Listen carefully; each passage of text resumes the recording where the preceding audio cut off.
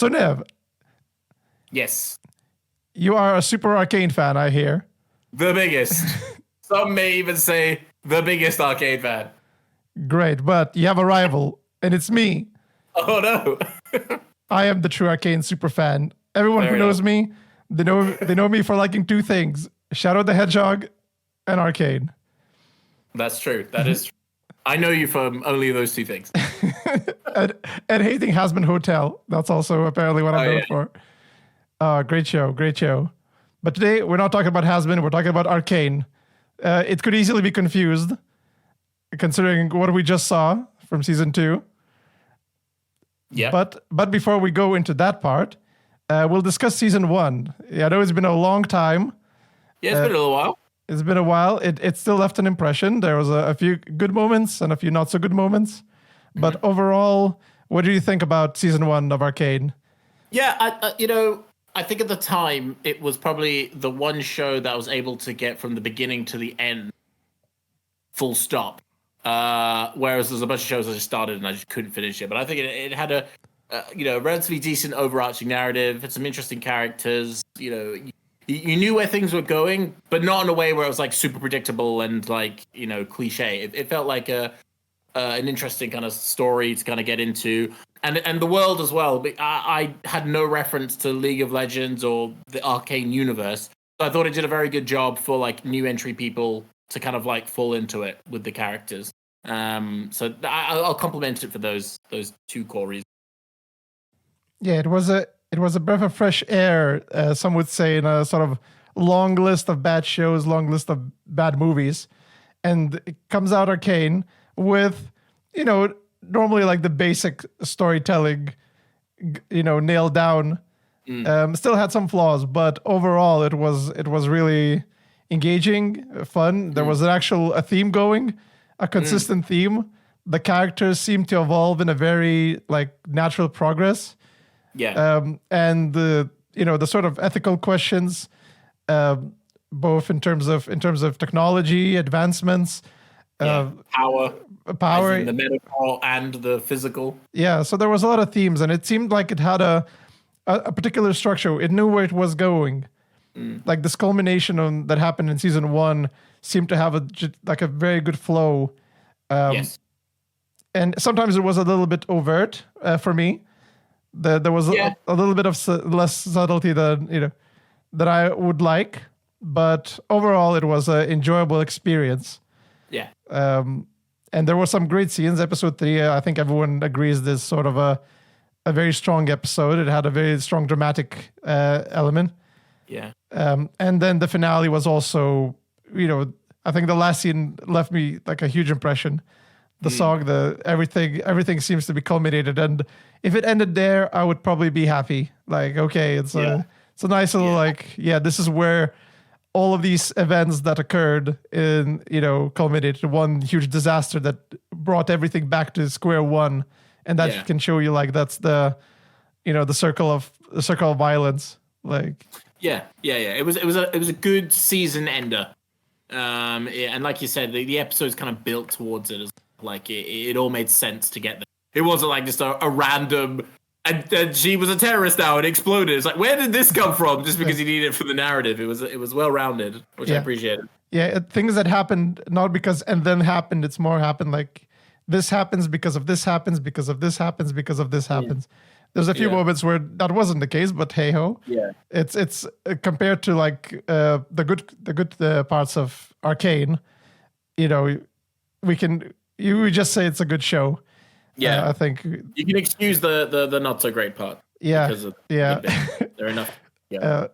Of course. What do you think are the flaws of season 1 were, if any?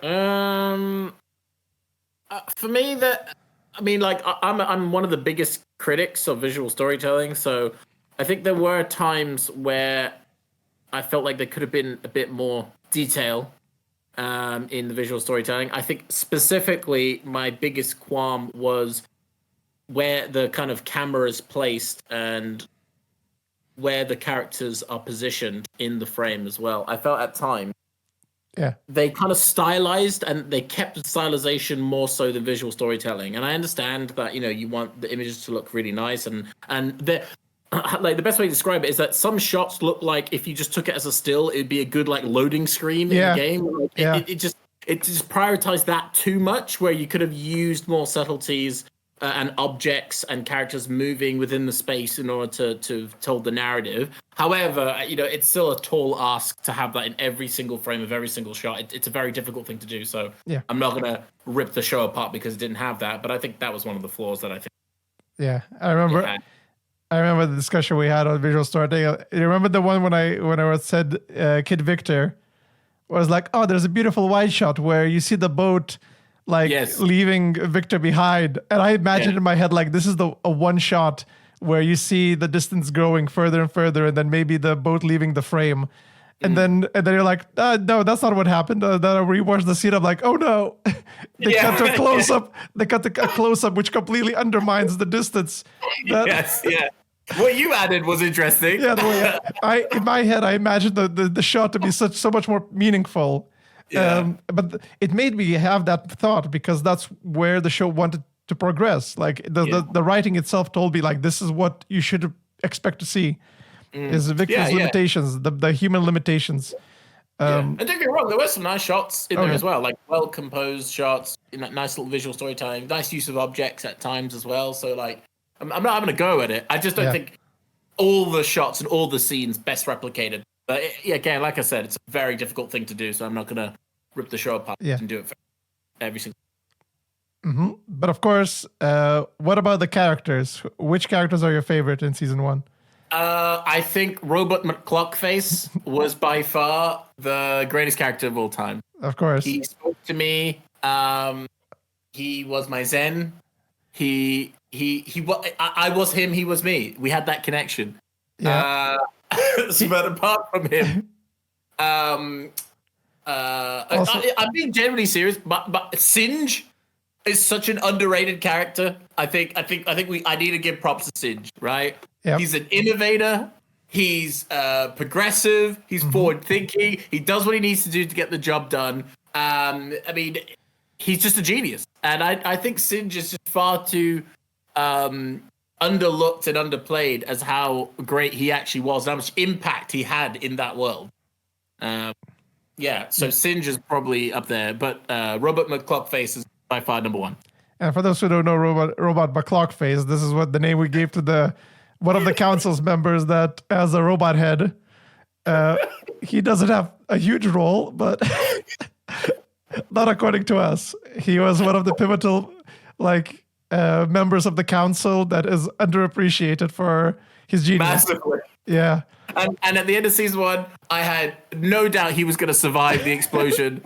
I mean, of course, he's a robot, so he could easily be rebuilt. So there's no reason for him not to be in the show. So I'm looking forward to him in season 2. It's not like a man there, because if it was just a man with a robot head, mask on top, you wouldn't build a statue with him with the mask on. So it has to be a robot.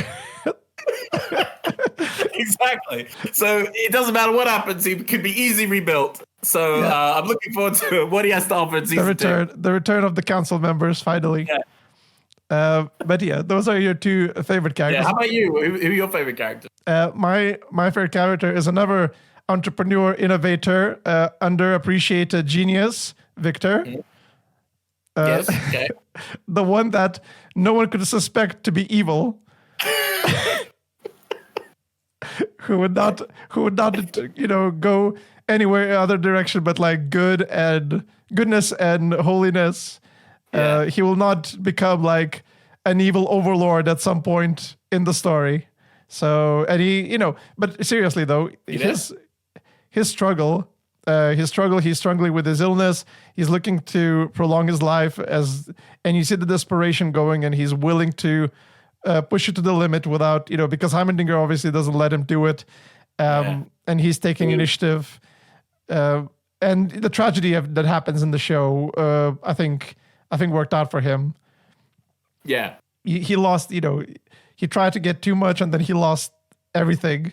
Yeah. So I really liked him. And then Silco, also, I think a fan favorite.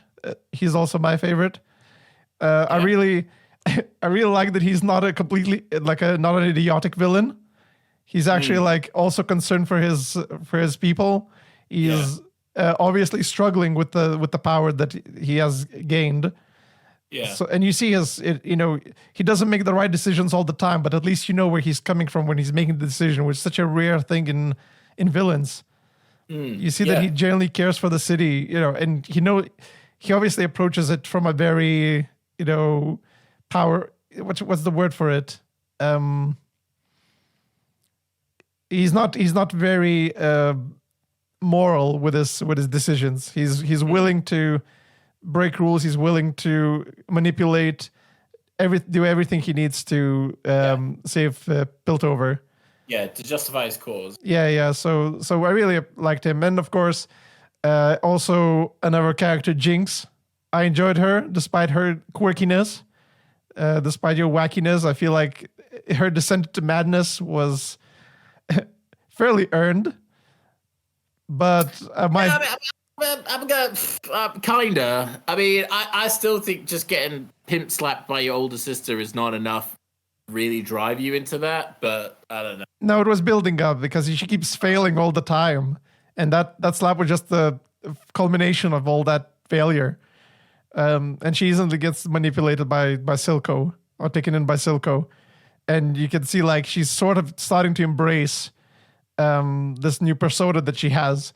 So I'm sure in season 2 she doesn't just drop it randomly. She, I'm sure she's gonna stay with it now that she fully embraced her. Arcane, it's got nothing but conviction. Okay, so all these characters are gonna drive through the same narrative, the same writing that we've seen from season 1 that we like so much. It's gonna be all throughout season 2. What are you talking about? They're never gonna backtrack on their commitments for what the story time, like impossible. What they're setting up for the story. They're never gonna like just 180. Speaking of 180s, what are your least favorite characters in season 1? Let's see. I'm scared to say one character's name because I feel like the backlash is going to be incredible if I do. Come on, do it. Don't worry. No one knows who you are. Okay, cool. Vi, I thought Vi was really annoying most of the time. Caitlyn, throw her in there too. Yeah. They were both really annoying. I don't get me wrong. I think the relationship part of their goal was fine. Like them getting together or like it slowly building into a... That was fine. The cupcake thing did annoy me because it felt forced. I'm not gonna lie, it felt really forced. They just kept on saying it every 10 seconds to, build this like connection. But okay, well, besides from that, I just felt like Vi was didn't really have a clear plan. And I know you can say, well, that is the character, but I could never really understand why she was doing any of the things that she did. And then Caitlyn was just sort of meh. It was just sort of a bland. I didn't really care about her storyline. I didn't really care where she was going. It wasn't a highlight to the show to know what was Caitlyn up to. You know what I mean? I didn't really care that much. I thought her mother was more interesting, if I'm being completely honest. I'm sure season 2 will keep her around. Yeah, I'm sure. and I wasn't a fan of Mel either. I thought she was a bit too passive. Like, what did she really do? She manipulated Jace. Yeah, kind of, but but so did everyone else. So it doesn't really. It's not much of an achievement. Progressed, it wasn't like she had a grand vision in what she was manipulating him for. Yeah, she just wanted to manipulate him. He's like, "Oh, you're you're the golden boy. I want to encourage you to be the bigger golden boy that you are." Yeah. Just cause didn't lead anywhere. It benefits everyone, Yeah. I'm sure she doesn't have an ulterior motive. She's sort of a philanthropist. Yeah. I mean, I guess you could argue maybe she wanted Jace to become like the new leader. Maybe that's what she was trying to go to. I don't know. But yeah, those characters were probably the characters I didn't enjoy the most. Yeah. Oh! Season 1. I forgot her name. What's her name? The woman who loses her arm. Oh. She was annoying. I forgot her name as well. Exactly. That just proves the point about why Shaniqua. She was such a sidekick that I just assumed she was going to die along the way. And she didn't. She just kept on coming back into the show. And I was like, what's her significance? Sylvika. Sylvika is her name. Yeah, that's the one. That's the one. Yeah, it's just no significance whatsoever. She also falls into the category of trying to be like strong and intimidating and like the mini boss, but just keeps losing. So you never get a sense that she's dangerous because she keeps failing. Won a single fight. She hasn't won a single fight, man. No, she hasn't. She has never contributed anything. She keeps failing and then just being grumpy. Yeah. And then they're like, and then getting annoyed at Jinx. And well, she actually gets stuff done. What do you do? Yeah. She's like, I'm maintaining order. Like, clearly not. Everything's just falling apart. The whole empire is crumbling. It's Jinx's fault. I'm like, okay, cool, Sylvika. But I'm sure Sylvika will have a much more important role in season 2. So we'll get to see her really bloom as a character. She's a late bloomer. That's how I see it. A late bloomer. But as for me, I agree with you on Caitlyn. Caitlyn is by far the worst character. Only because she's so bland, and her evolution, like her character progression, just doesn't really work. It's not emphasized enough because she's meant to be this enforcer that's one of the good enforcers in this corrupt enforcer world. She's meant to be this like, I am the moral high ground. Yes. And I'm gonna do this by the book, and I'm gonna work with Vi, one of the people from Piltover, and together we'll bring Jinx in, or whatever, whoever Silco was. Is Vi from Piltover? I thought she was from the Underground. Oh, sorry. Yes, I keep mixing those up. Piltover and Zaun, or the Undercity. Yeah. So she's gonna team up, and they're gonna solve this mystery of who done it. Who's done the attacks? So again, so that wasn't like why when I didn't like them. That wasn't the worst part. The fact that they had like a common goal. Yeah, it was just everything else about them. Anyway, continue. No. For me, it wasn't. It wasn't strong enough. I knew what the writers were trying to do with Caitlyn, and they just didn't do it well enough, in my opinion. Yes, I totally. Yeah. They tried to make her look. One of the examples, and this is what I was when I was rewatching Arcane season 1. I saw her doing like this floor map of like trying to link all the evidence she got for from like this attack, like stealing the supplies or delivering shimmer, was it whatever it was, I forgot. But she's like putting all this huge map and connecting all the dots and like trying to figure out who done this, and all she got really was, it's the same graffiti in both crime cases. So therefore, it's the same person. And the only lead I have is this one witness, one gang member. And he might lead us to who committed this crime. It's like, for that 2 pieces of information, so you don't need the full floor map. Yeah. And there's like... the thread and the pins. And she's like, if only, if I just had a bit more evidence, I can solve this on my own. I'm like, I'm sure the enforcers already figured this one out. It's not really hard to be like, graffiti on one evidence scene and graffiti on the other evidence scene. I wonder if there's a connection between two. Like, the way it's presented, the storytelling is trying to present that she's like figuring something out, like a deep conspiracy. But in reality, like every idiot, would figure this one out. Yeah. The thing that she should have questioned is, why isn't enforcers doing anything? It's so clear that, there's one person behind all of these attacks. Why isn't enforcers like investigating this? That's what she should be questioning. And that's what she would lead into asking for wise help. But no. You suspect that the enforcers were somehow involved if it was that obvious and you're not doing it. Yeah, that would be what a smart character would do. But she's clearly just like role-playing like a detective. Yeah. That's what it felt like. And later on as well, when she's with Y, she, first of all, Y could easily just give her a slip. I don't know why Y is entertaining this Caitlyn. Just give her a slip and then disappear. That's all you need to do. This clearly gullible enforcer just let you out scot-free. Yeah. But it didn't. So, and their relation with Y was fairly forced, I think. Y, speaking of Y as well, she's...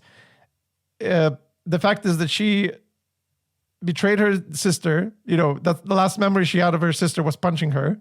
So not great.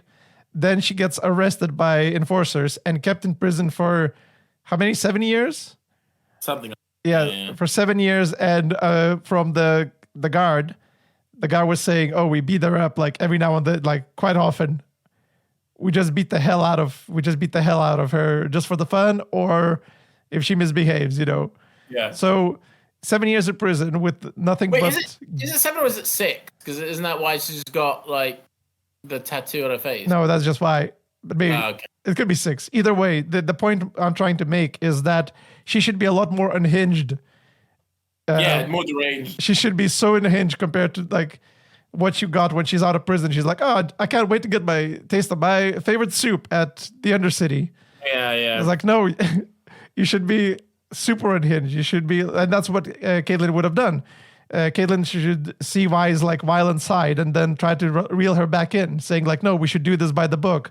And that's what would give Vi the sort of understanding, like, "Hey, this enforcer is not bad. She's actually holding me back instead of, abusing power."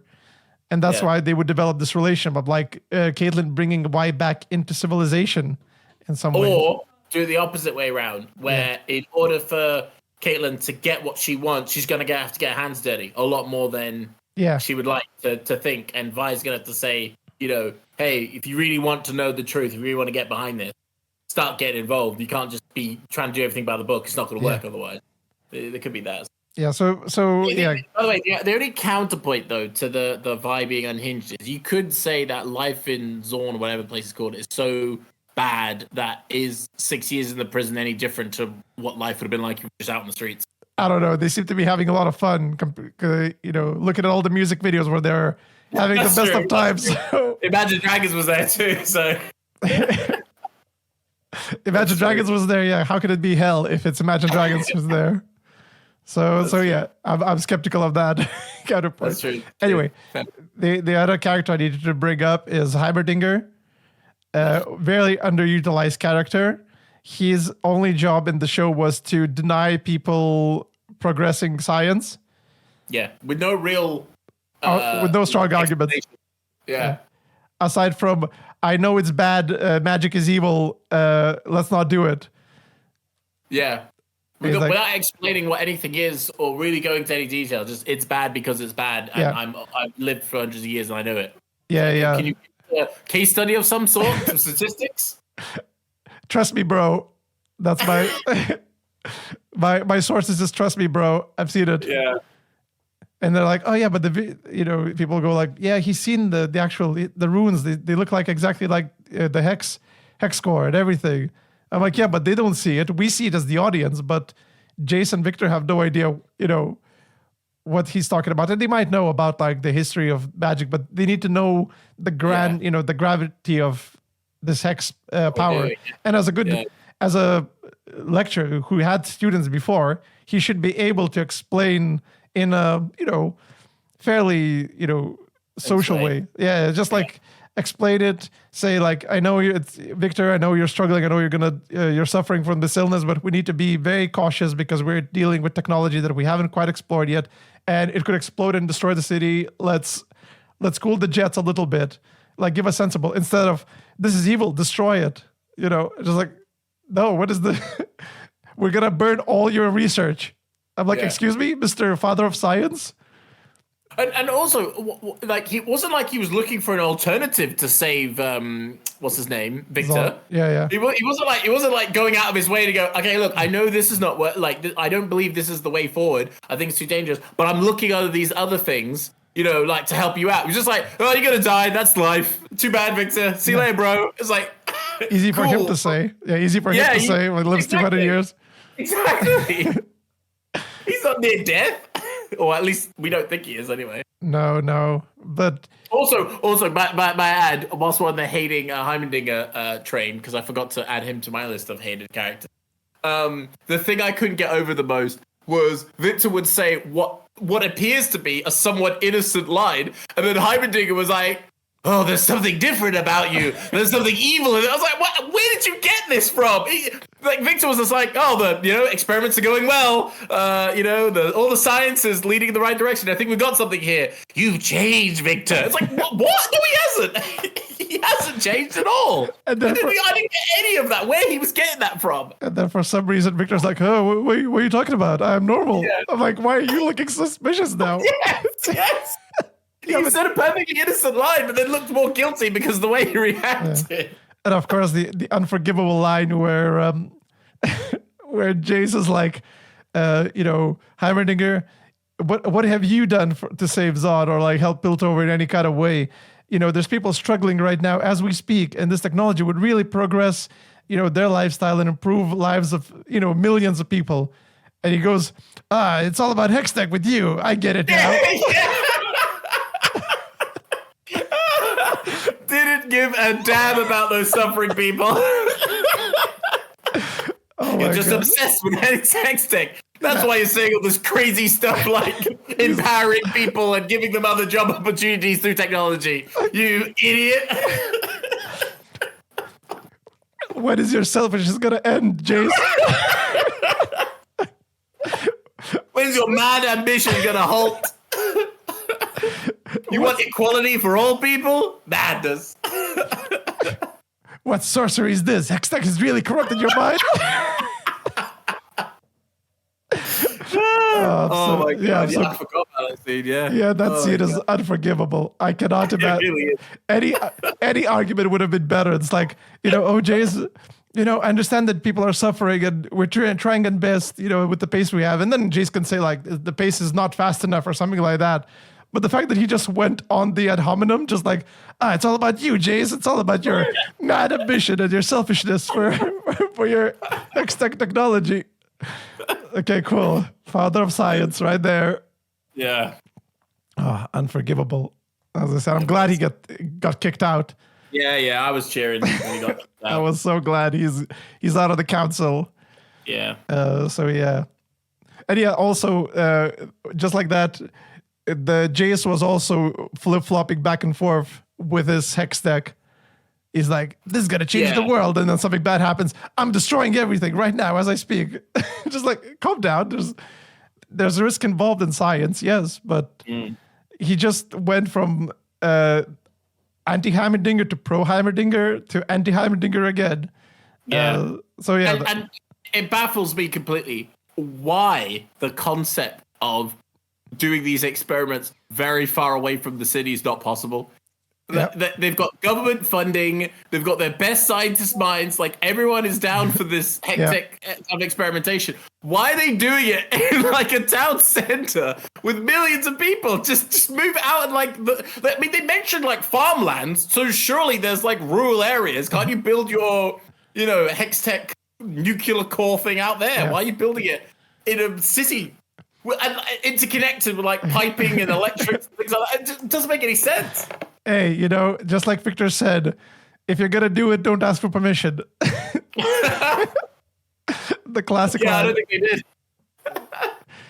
And again, to be fair, that's what I would, if I was Heimerdinger, I came in and said, I see my students like, hey, we build an atom bomb. Isn't that cool, Heimerdinger?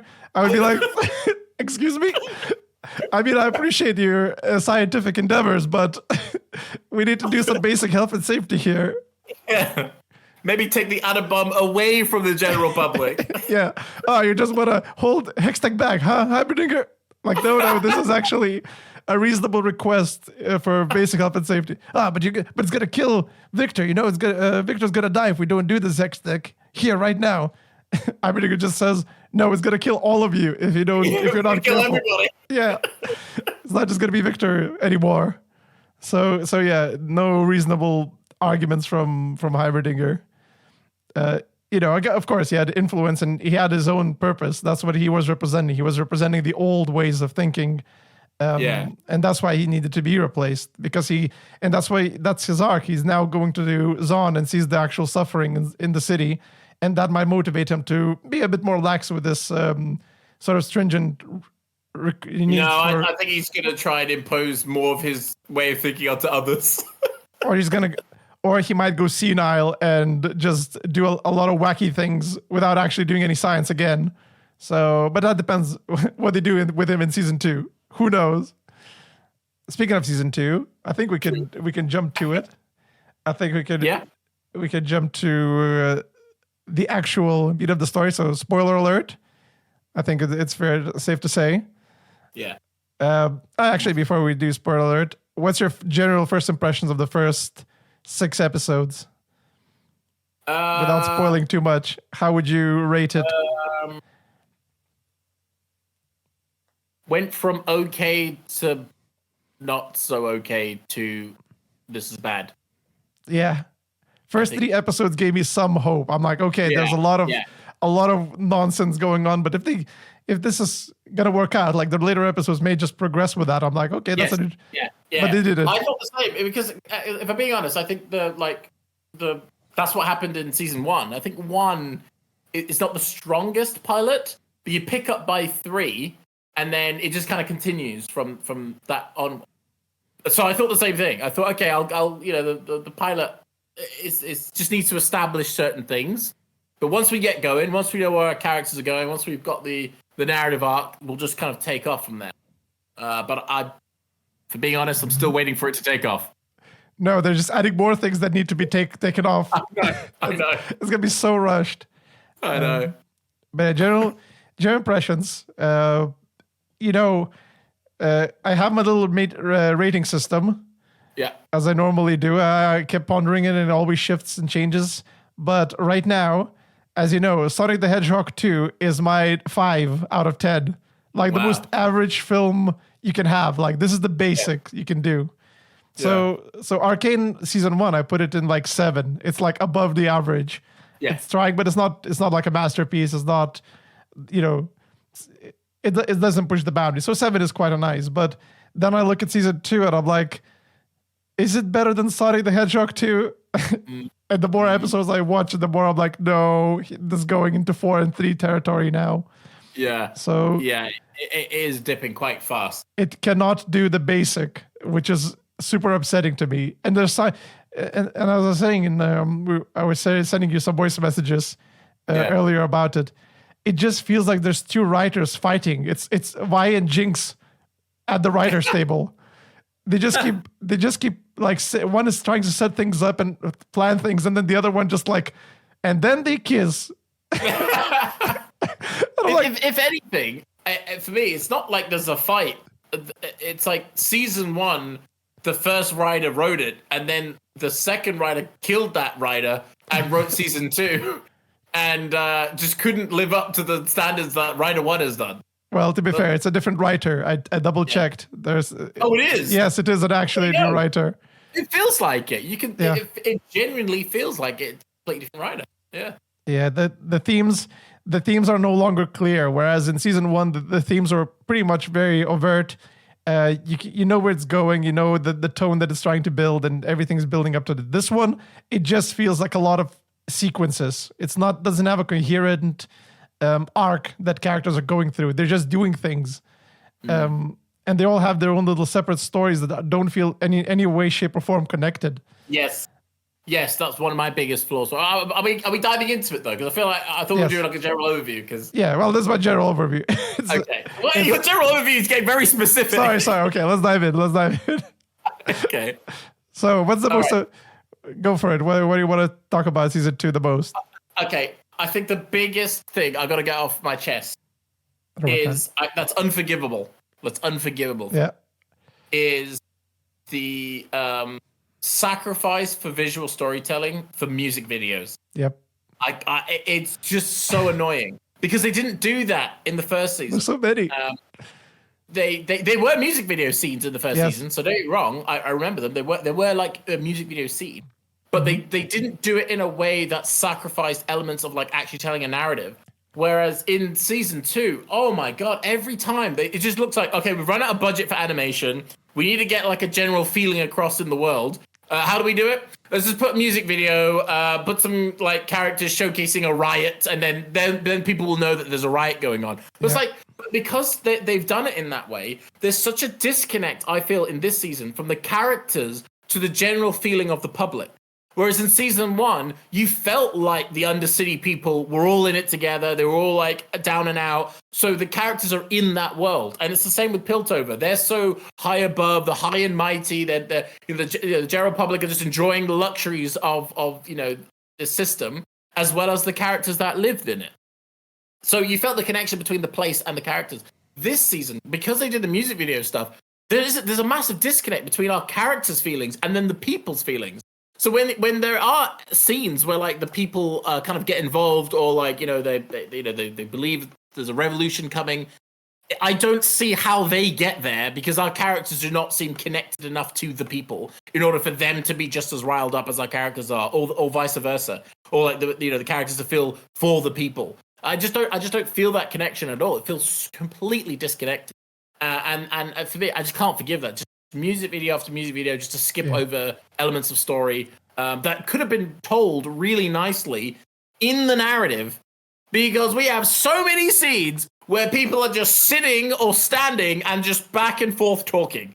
There are so much exposition scenes. It's unbelievable. I genuinely can't remember. Was it always like this? I need to go back and watch season 1, because I don't remember it being this heavy or latent of just people standing around talking, rather than like showcasing or some symbolism, or the way the framing the people, showing the importance or a change in position, so they're physically moving, so they're changing their ideology, they're physically moving in the space. Like, that's all gone. It's just people standing around. It's very televisual now. Yep. Music videos, there's so many. Every episode had to have a music video. I don't understand why. It actually slowed the narrative down significantly.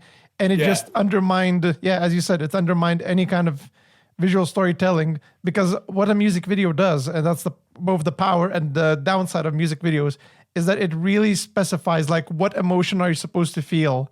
Like, the funeral is happening, everyone's sad, you should feel sad right now, you should feel conflicted.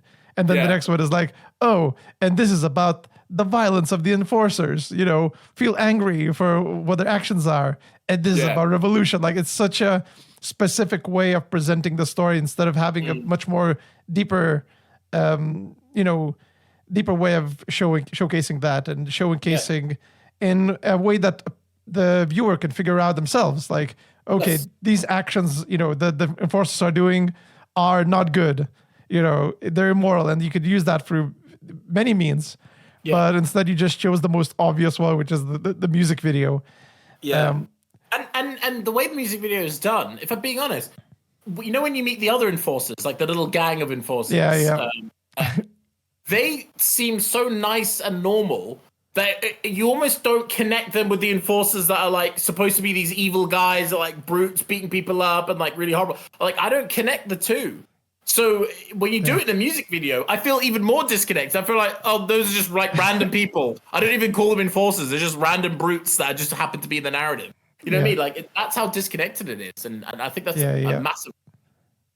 Yeah, so music video.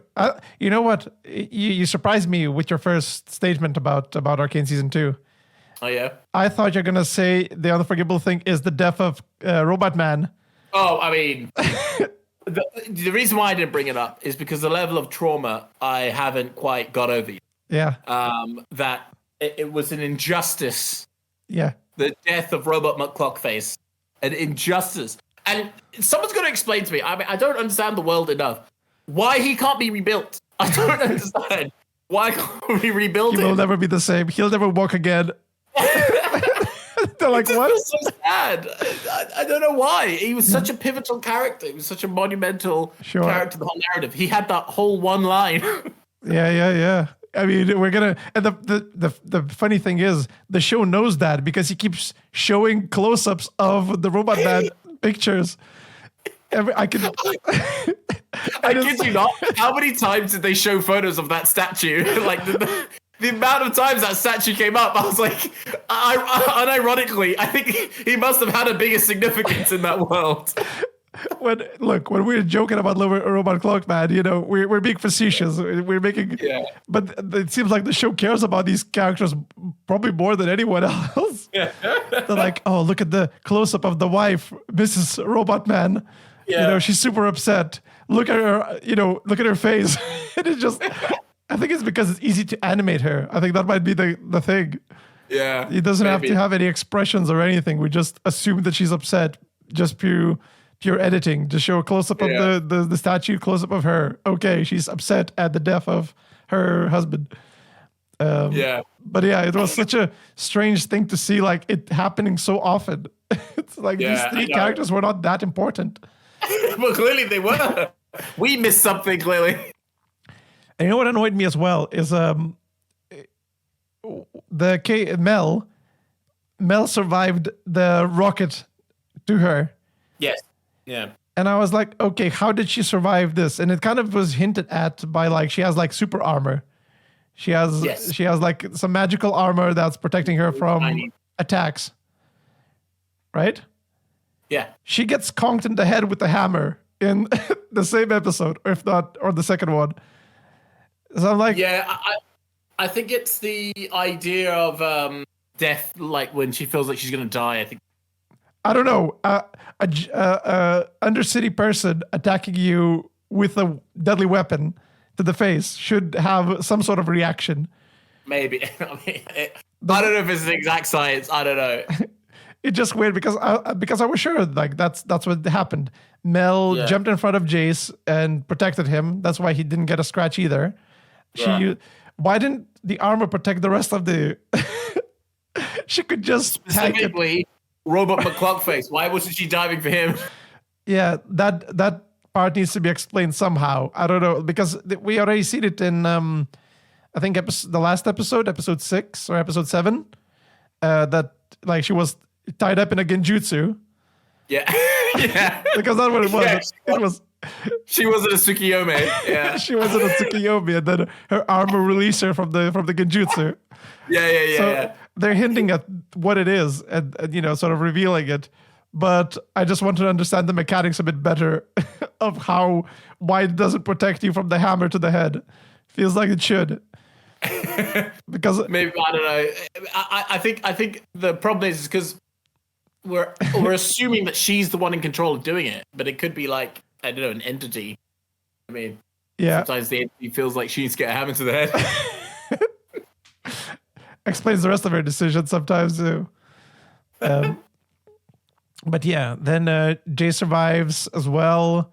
Doesn't do anything, which was very strange. He was technically a council member, and he doesn't do anything. He just mopes around in his lab, looking at Victor, which is fair enough. He's sort of depressed. I'm glad you brought that up. Is one thing that confused me about the narrative.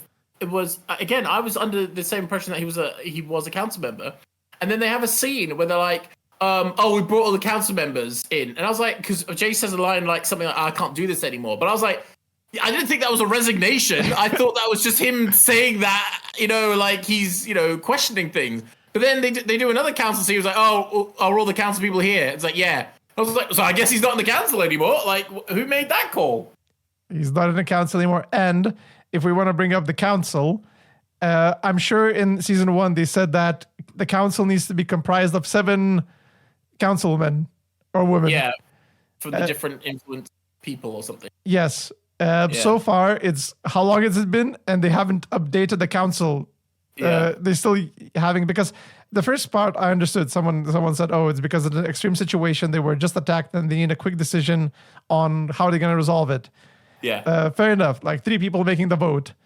A little bit authoritarian, a little bit undemocratic, but okay, it's an extreme situation. Then they had time to elect more people to make more votes and more decisions, but they don't. They just kind of forget that the council needs more than 3 people.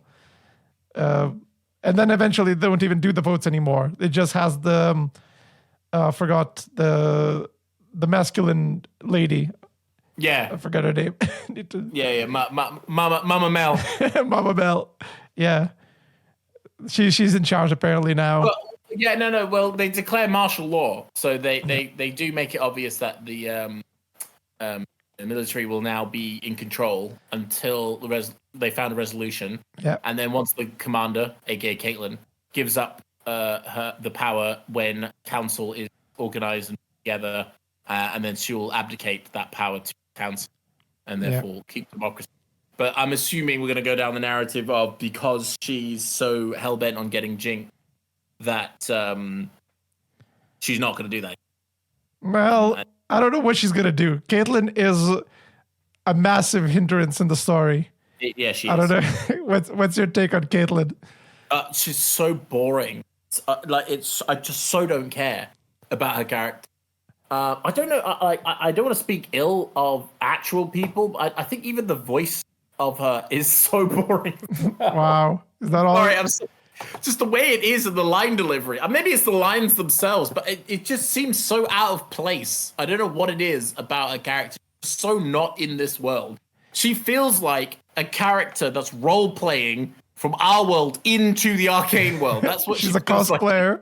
Like. She's actually a cosplayer in disguise. She is, yeah. Yeah. And again, it's like, if it's clear cut, where it's like, I'm driven by one goal and one goal only, and that's to revenge of my mother and kill Jinx.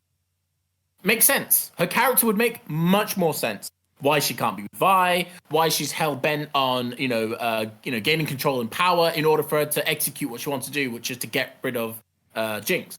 And Mama Mel is like, cool, I can use that because I know what your goal is. As long as I help you get there, and then secretly through you, I'll gain the power, whatever the hell she wants, because that's still not clear. Let's assume for now it's power.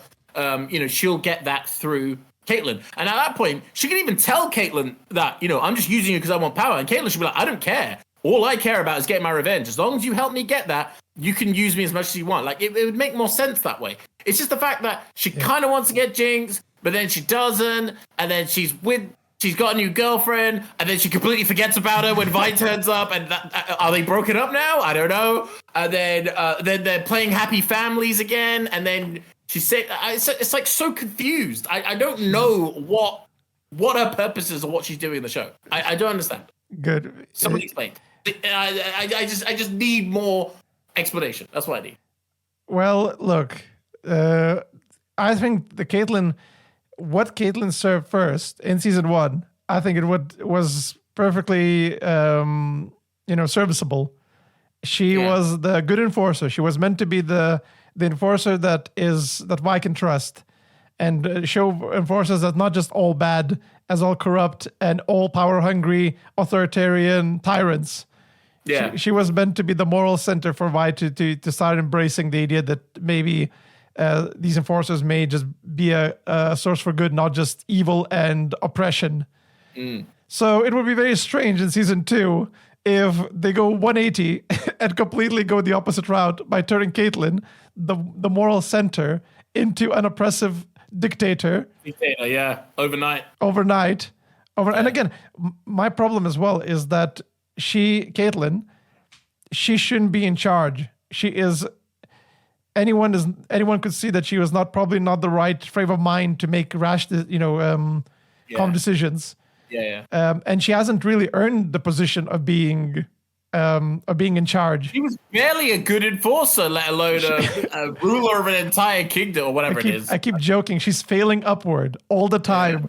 First of all, she let a criminal out from prison. She failed to capture Jinx the first time. She failed to stop the terrorist attack. Yeah. After that, she got promoted to the one in charge of the strike team. Yeah. Then she also failed to get Jinx.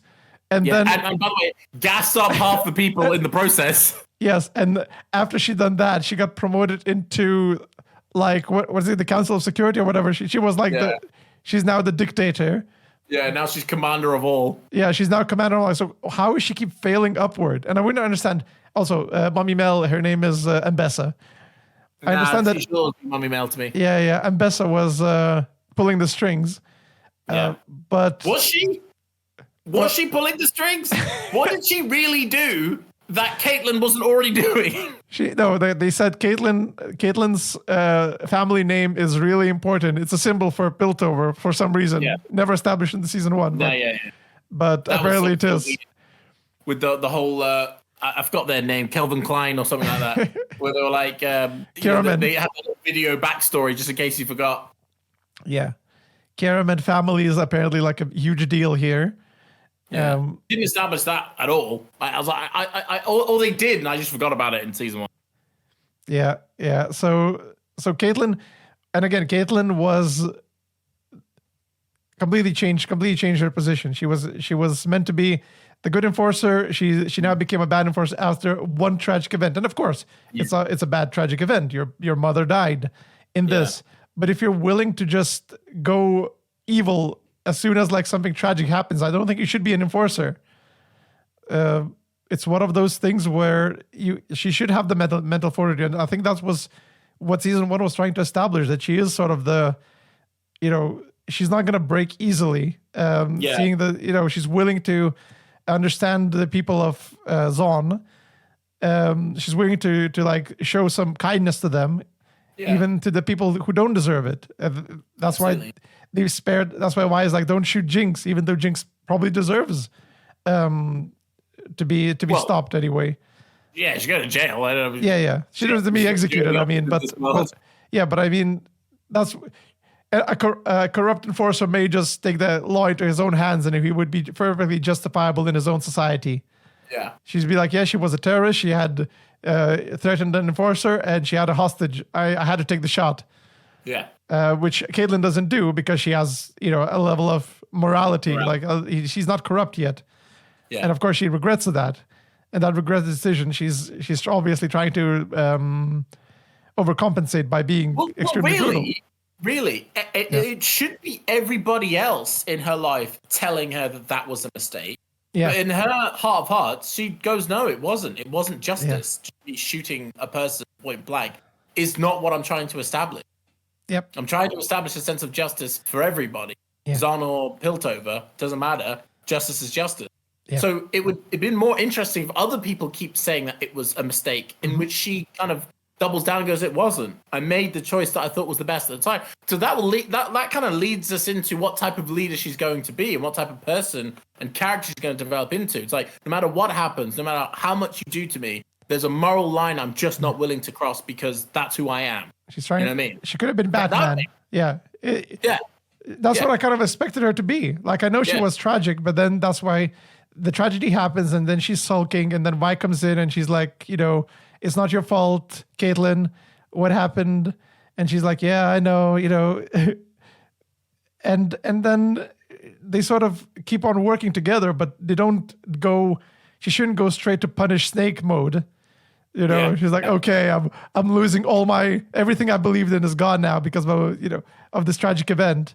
That should be much slower. The patient should have just slowed down. She should have just turned evil as soon as that happened. Because that's the easy way. That's the easy way for enforcers to be like, the Undercity hurt my friends or whatever, or killed my family. I'm going to be an enforcer to have my revenge on them. And then that's a weaker enforcer. That shouldn't be Caitlyn, the head of the enforcers. Exactly, yeah. And again, a character in season 1 who was doing everything in her power to change that. To change the whole process of how, change the name of enforcers into something more positive and just. Yep. And that's why... You touched on one point, which I think is like exacerbated throughout the entire show, which is you said like you felt like the change in Caitlyn was just for like almost like the plot's sake, in order for the narrative to kind of continue. Mm-hmm. And my God, do they do that throughout the entire season so far? Which is like it's like everything. There's a difference between like putting things in place that build to something, and then forcing a character to go somewhere because you want them to be another character, so it makes more sense later on. And for me, it was how Vi met the Enforcer gang. Yep. So she's upset with Caitlyn. They have an argument or whatever. She wants her to become an Enforcer. She was really upset by that fact, even though I think Vi shouldn't have been. But anyway, she left. She went down. She threw the bottle. It happened to hit a guy that's going to be a part of their crew. She gets drunk with him. They get woken up with another 2 characters that's going to be part of their crew. It's like, it's too convenient. This is clearly just like a plot thing. I need this character to meet these characters at this point in time because it'll make sense later on. But it's not done in a way where it's like well told. It's done in a way where it's pretty obvious, and we can see that that's going to be the crew. Like it's just what a way to give like importance to characters that are such non-characters because you haven't built anything. The one that I can't stand the most is the big guy that she got drunk with first, who's got like the shield. Yeah, I call him Vander 2. Yeah? I call him Vander 2. Vander 2. Yeah, because he looks just like him. Vander 2 is such a zero character. Like, honestly, what is he? Who is he? What's he like? What's his personality? I have no idea. Apart from drunkard, that's it. That's all we get from that character. Shield guy. Fish guy? What is Fish guy even doing in the story? He didn't say anything yet. Don't worry, he'll be killed at some point, I hope. Yeah.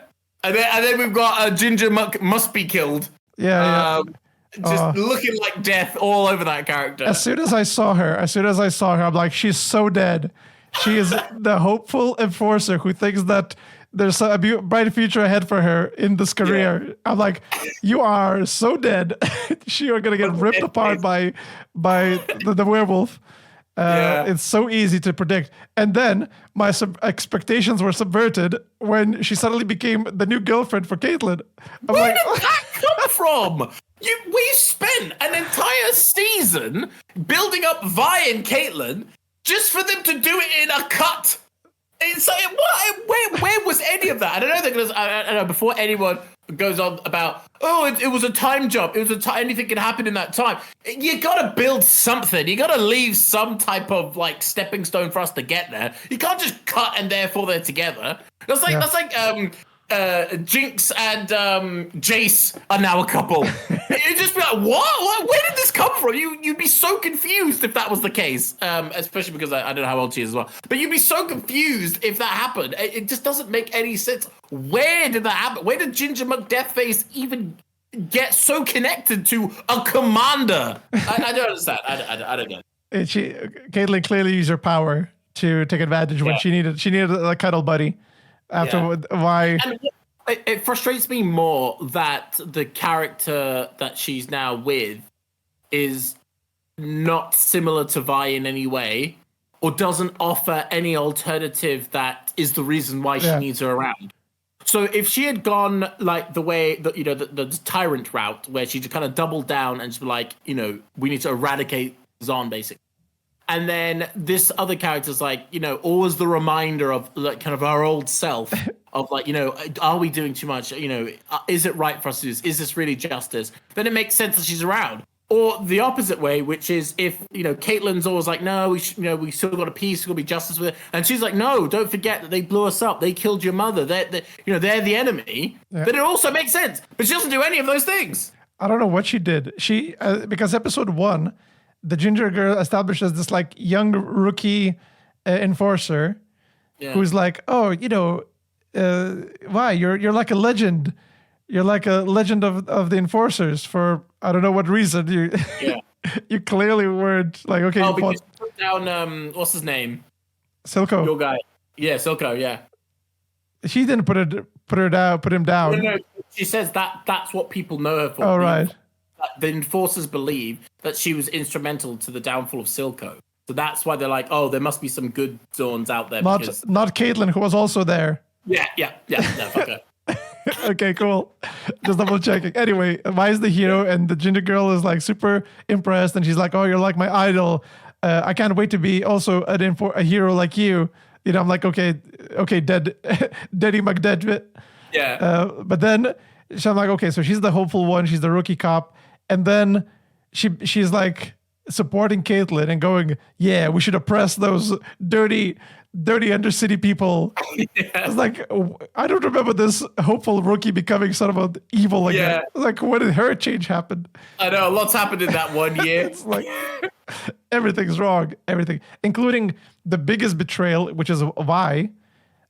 Massive betrayal on her character. I don't know how she lives with herself. Yeah. Because, and I mentioned this before to you, her entire premise is that she hates enforcers. Enforcers killed her family. Enforcers took her to prison, took her away from her family. Enforcers have been oppressing them for entire life. Yeah. And I understand if the arc was that Caitlyn helps Vi trust enforcers. That was the arc that it would progress. Of course, now that in season 2, we went the opposite way, where Caitlyn has become just another enforcer. So Vi should be super duper, like, she would never trust an enforcer in her entire life ever again. Yeah. Like the person she actually opened up to and like said, okay, maybe enforcers aren't all bad. Turned to the worst, basically turned, I was going to say Hitler, but literally like a dictator, like the worst it can be, the worst of the worst. Yeah. And the worst thing is that Vi kissed her. Like a scene before that, they had a little cutie kiss scene. She's never going to date anyone. She's never going to trust anyone. But of course, that gets overshadowed instantly because, ooh, I see Caitlyn again. we're back to being friends, right? I'm like, what? Yeah, I know. Yeah, I agree. Why? It's making sense. I don't understand what's happening to you. And again, I had this moment in the episode 2. It was very clear. They're trying to display the enforcer, the strike unit, as this very like efficient, oppressive way of dealing with criminals. Yeah. And they had a little scene where Caitlin is interrogating the criminal, and you see these like close-ups of the gun, like she's ready to shoot him, almost, and then you see a close-up of Vi being concerned. I'm like, okay, that's what I mean. That's the first writer trying to do the layup, right? Yeah. He's setting this up. He's setting all the drama, and then you see Vi going. They see White going like, okay, Caitlin, can we talk about something? And she's like, okay, sure. And then they walk off into like somewhere else, a different scene. Yeah. And then that's where the other writer took the script and started writing and going, Caitlin, I don't think we should have the other teammates, on this mission. I'm concerned for their health. I'm like, is there anything else you're concerned about? Maybe do you want to bring up the psycho nature of your girlfriend right now? Is that not Is that not priority number 1? Yeah. And she goes, oh, I don't want you to change, Caitlin. Everyone's changing around me, but you're not going to change for me, right? And she's like, nah, I'll never do that. And then they kiss, I'm like, okay, that's a confirmation. And sure enough, immediately she does something immoral and changes and just hates Vi, and they broke up. I was like, that kiss should haunt Vi's the rest of her life. She should be washing her mouth out with soap, remembering like that she made out with essentially the Hitler of the Arcane world. Yeah, exactly. And I was like, okay, and then the fact that she comes back at episode 7, and now they're back to being team up again. It's like I don't understand what happened. I feel like Caitlin just needed a way. Yeah, it was just episode 6 where she slides down the mountain and just like ambushes. Which, by the way, I don't really know how you couldn't see it was all. I know she's got a hairdo change, but I think it was enough to tell it's Vi. But for me, it was just like you said. It was like, oh, we're just friends now. Is that it? No harm, no foul? Is it? I don't know. Everything you trusted about enforcers have been shattered to you. I feel like you should have a big more grievance to Caitlin than, I understand you were stressed out. You killed the child almost, but you did. Okay. Almost murdered an innocent child, but it's okay. It's okay. We're still friends, right? Yeah, we're still friends. Yeah, want to hook up? Oh, yeah. That was... introduction to Vi. What a waste of time. That was... the whole fight MMA thing. Oh, that was such a waste of time. Yeah. And also, like... Did anyone actually get the significance of like the useless guy enforcer guy was like coming to her fight to like helping her get home drunk, and then he disappears, and then like Jinx, I don't know if she does turn up or she's seeing her. I was like, what was the significance of the guy turning up? Were they together? Were they a couple? Like, I didn't understand his role in that whole Fight Club scene, and why is he stopped being an enforcer, or is he still an enforcer? I don't get it. I don't know. Have you ever played Cyberpunk 2077? No. The intro scene after you finish the tutorial mission, the first mission, there's a montage of your character, also named V, going on this party / fight / enjoying the life of a street runner, Yeah. And it almost exactly beat for beat, exactly the same scene. Oh, really? Yeah. It's they go out to drink, then get drunk. They go out to do some fightings, then they get drunk again. And the same kind of rock music kicking in, and the vibe is always the same. So, it just felt they're just trying to establish nah, she's back to her old way. She's back to being a punk who doesn't care. She's a street kid now. Whatever she learned back then from being among the enforcers in Piltover, that's all behind her. And that's again a very boring way of doing it. And again, a little bit uncharacteristic for Vi. I wouldn't. Okay, she's broken up, but the fact that 6 years or 7 years in prison didn't break her spirit. Yeah, I don't feel like being. Again, it's a huge betrayal. I agree, but I don't think she would be in this downfall even with that tragedy happen, just because it's just not enough. She's just not that type of character who would fall into madness this easily, especially when we have Jinx to be the symbol of madness. Exactly. If anything, she's more order than even the enforcers are. Yeah, that's what Vander was setting her up to be as well in season 1. It's like, why you're gonna be the leader that this city needs. Yeah, you're gonna be the order. You're gonna be the morality. Jinx could also be like Vander didn't say that, but Jinx was being set up as the anarchist, the sort of the chaos. And that's what the battle between Y and Jinx are. Like a few characters have now said to Jinx, like if you actually put your talents in something creative, you'll be able to productive. Sorry, you'll be able to make something decent. So you can kind of see that's probably, if she lives, that's where her character will be someone who builds things. So if you're gonna do anything with kind of a split narrative between the two sisters, they kind of have to swap. They have to role swap. If Jinx is going to be the psycho character, the outlet, as soon as she becomes, and by the way, we haven't even got to the revolution bit yet. Oh yeah. But as soon as we get to that level, she now has to take on a different form and become what she was supposed to do. Someone who builds, someone who helps construct things that's positive. And then Vi has to go the other way, which is it started off with her helping the enforcers, then she becomes an enforcer, and by the time we get to the end, she's just a straight up dictator. No different from her position is I'll get peace through enforcing. You know what I mean? That will be the way I get peace. And then there you have the clash again between sisters now at different positions, right? Now you can say it's cliched, you can say it's obvious or whatever, it's a boring narrative in that sense. But it makes a hell of a lot more sense to what we're seeing now, because I don't know where the hell it's supposed to go, or what character represents what now. Yep, especially... I'm more confused now about the identities of both those sisters, more so than ever, especially the last kind of episodes, where it's wait, so they're a team now? Bygones be bygones, you murdered a bunch of people, you murdered my girlfriend's mum, let's just let it go and be a family again, yeah? Yeah, sounds good to me. It's what? Yeah, and very clearly they just want them to be a team to sell a poster or something. You know what I mean? Everyone in season 1 that has been positioned by the show itself, they position them to take very specific roles, and this season seems to be trying to rake them back into the roles that they had before. Yeah, the fact that they're trying to drag in Vander again, we're gonna be a happy family again, just werewolf Vander. Psycho Jinx. Yeah. And everyone's back to normal. Look, even Jinx is no longer being crazy.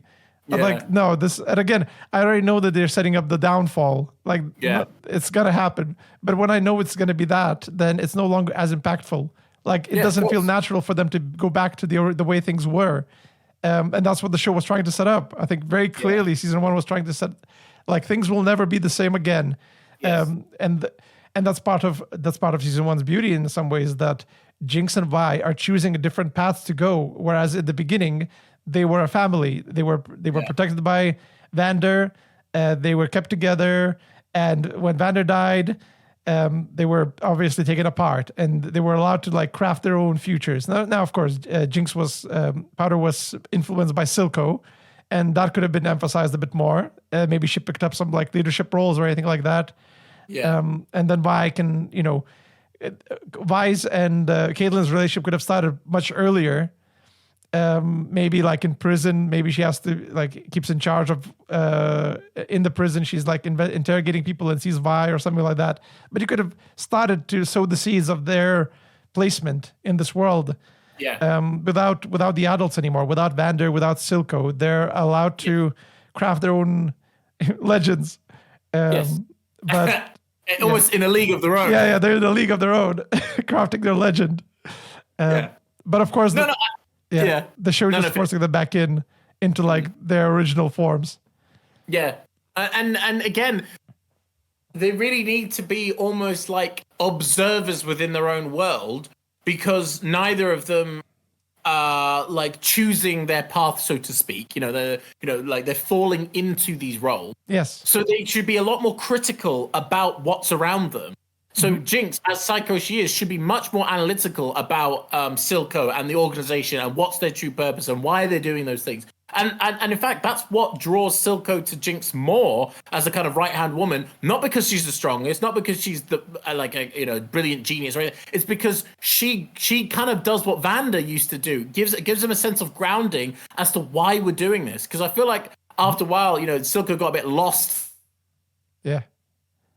Things are no longer in control, and it'd be a constant question reminder of why are we doing this. Okay, I hate the I hate the Piltover people too, but it's not just good enough just for us to be bad for bad's sake. Where's our goal? And the same thing should be for Vi, which is, okay, we're part of the enforcers, but all we're doing is beating up old people and disabled and crippled. Like, how is this helping us? Where's the justice in this?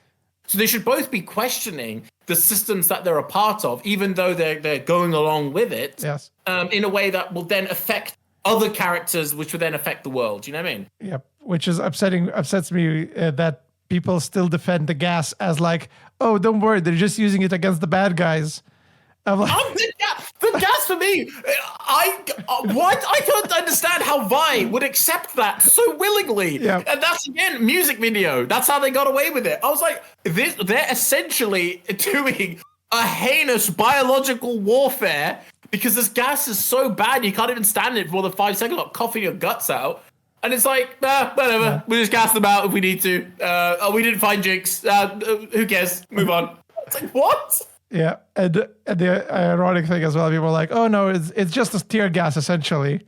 Don't worry about it. It doesn't have long-term consequences or anything like that. Even though when the gas attack spilled over, when Jinx's explosion happened, you see a child with like a gas mask and like a reddened eyes. Yes, that kid was fully affected by the gas. And they're using that child as like an example of like, look what the Undercity people are doing to us. Yeah. They're using biological weapons against us, the Piltover people. Yeah. I'm like, excuse me? Isn't there another group of people that were using gas on a different type of people? Like, I don't know what this about the Undercity. Who cares about them? Yeah. And that's where Caitlyn should have questioned like questioned the use of the gas when it's using on her side. That's the perfect time. She did it. She got the key. She was the only one who's able to do it. I know. That's what I'm complaining about. That's my problem. She went out of her way to get. In fact, it's impossible for you to gas them without her. She was the pivotal moment. And as I said, for anyone who's like, oh, don't worry, this gas was just used for bad guys and it's not that bad, just makes them faint. Look at the way it's represented visually. It's a literal demon with the horns and the teeth and just. Yes. And it really made me question because it didn't establish well enough if that gas was sentient or not. Because I was like, it could be. It was growling. It could be a real thing. Like, it could be killing people. I don't know. Or is it just a manifestation or a kind of metaphoric example of what it is of the monster within? I don't know, whatever. But it wasn't clearly explained regardless. Well, it was drawn as an evil demon face in the schematics, which are, I'm assuming, going to be architecturally, like structurally sound. Like everything. Sound, yeah. And the artist was like, okay, this is where the gas would come in. And it's a demon gas. It's a strange one. But again, it's... even if, again, people who say like it's used against bad guys and everything, look at the music video again, and you can see like it's trying to draw a parallel between how it was used back in the old days with like black and white like sketches, and it's townspeople. There's like old people with hats and like mustaches, just like not criminals, just like normal everyday people. And then it cuts to nowadays, it's being used against people. And again, they cleverly try to justify it by putting only the criminals in the pictures, in the music video. But I'm sure it's a gas. Yeah, you can't contain it and control it to just criminals only. Yeah, it's a stupid like coping mechanism for the fans. It's a cope. Like, oh no, that's why Vi shouldn't be is not against it because they're only using it to catch Jinx. I'm like, no, why is not that of an she's not an idiot. She knows. Also, where was it established that Jinx can't invent something to like a breathing mask through this gas? And she does. Why is she like? if Vi had went, oh, by the way, Powder, because she's now Jinx, so I don't care anymore, actually has an allergy towards this chemical, so she'll probably die if she stays in it, so it will flush her out. It's like, she could just put a gas mask on like that little kid did, and she'll be fine. Yep. So what was the point in it? We just need to show that Indian Force are going beyond now, that you need a show of force for some reason. And Caitlyn is the one. Caitlyn is the poster child for the brutal police brutality, as she always was, apparently. Yeah, it doesn't make any sense. It doesn't make any sense. She's literally an inventor. She can't invent a gas mask. That's beyond her capabilities. She could just steal a gas mask. They're all over the place. I didn't understand what any of that was about, the gas thing, at all. Yeah, the gray, even though it's green, but.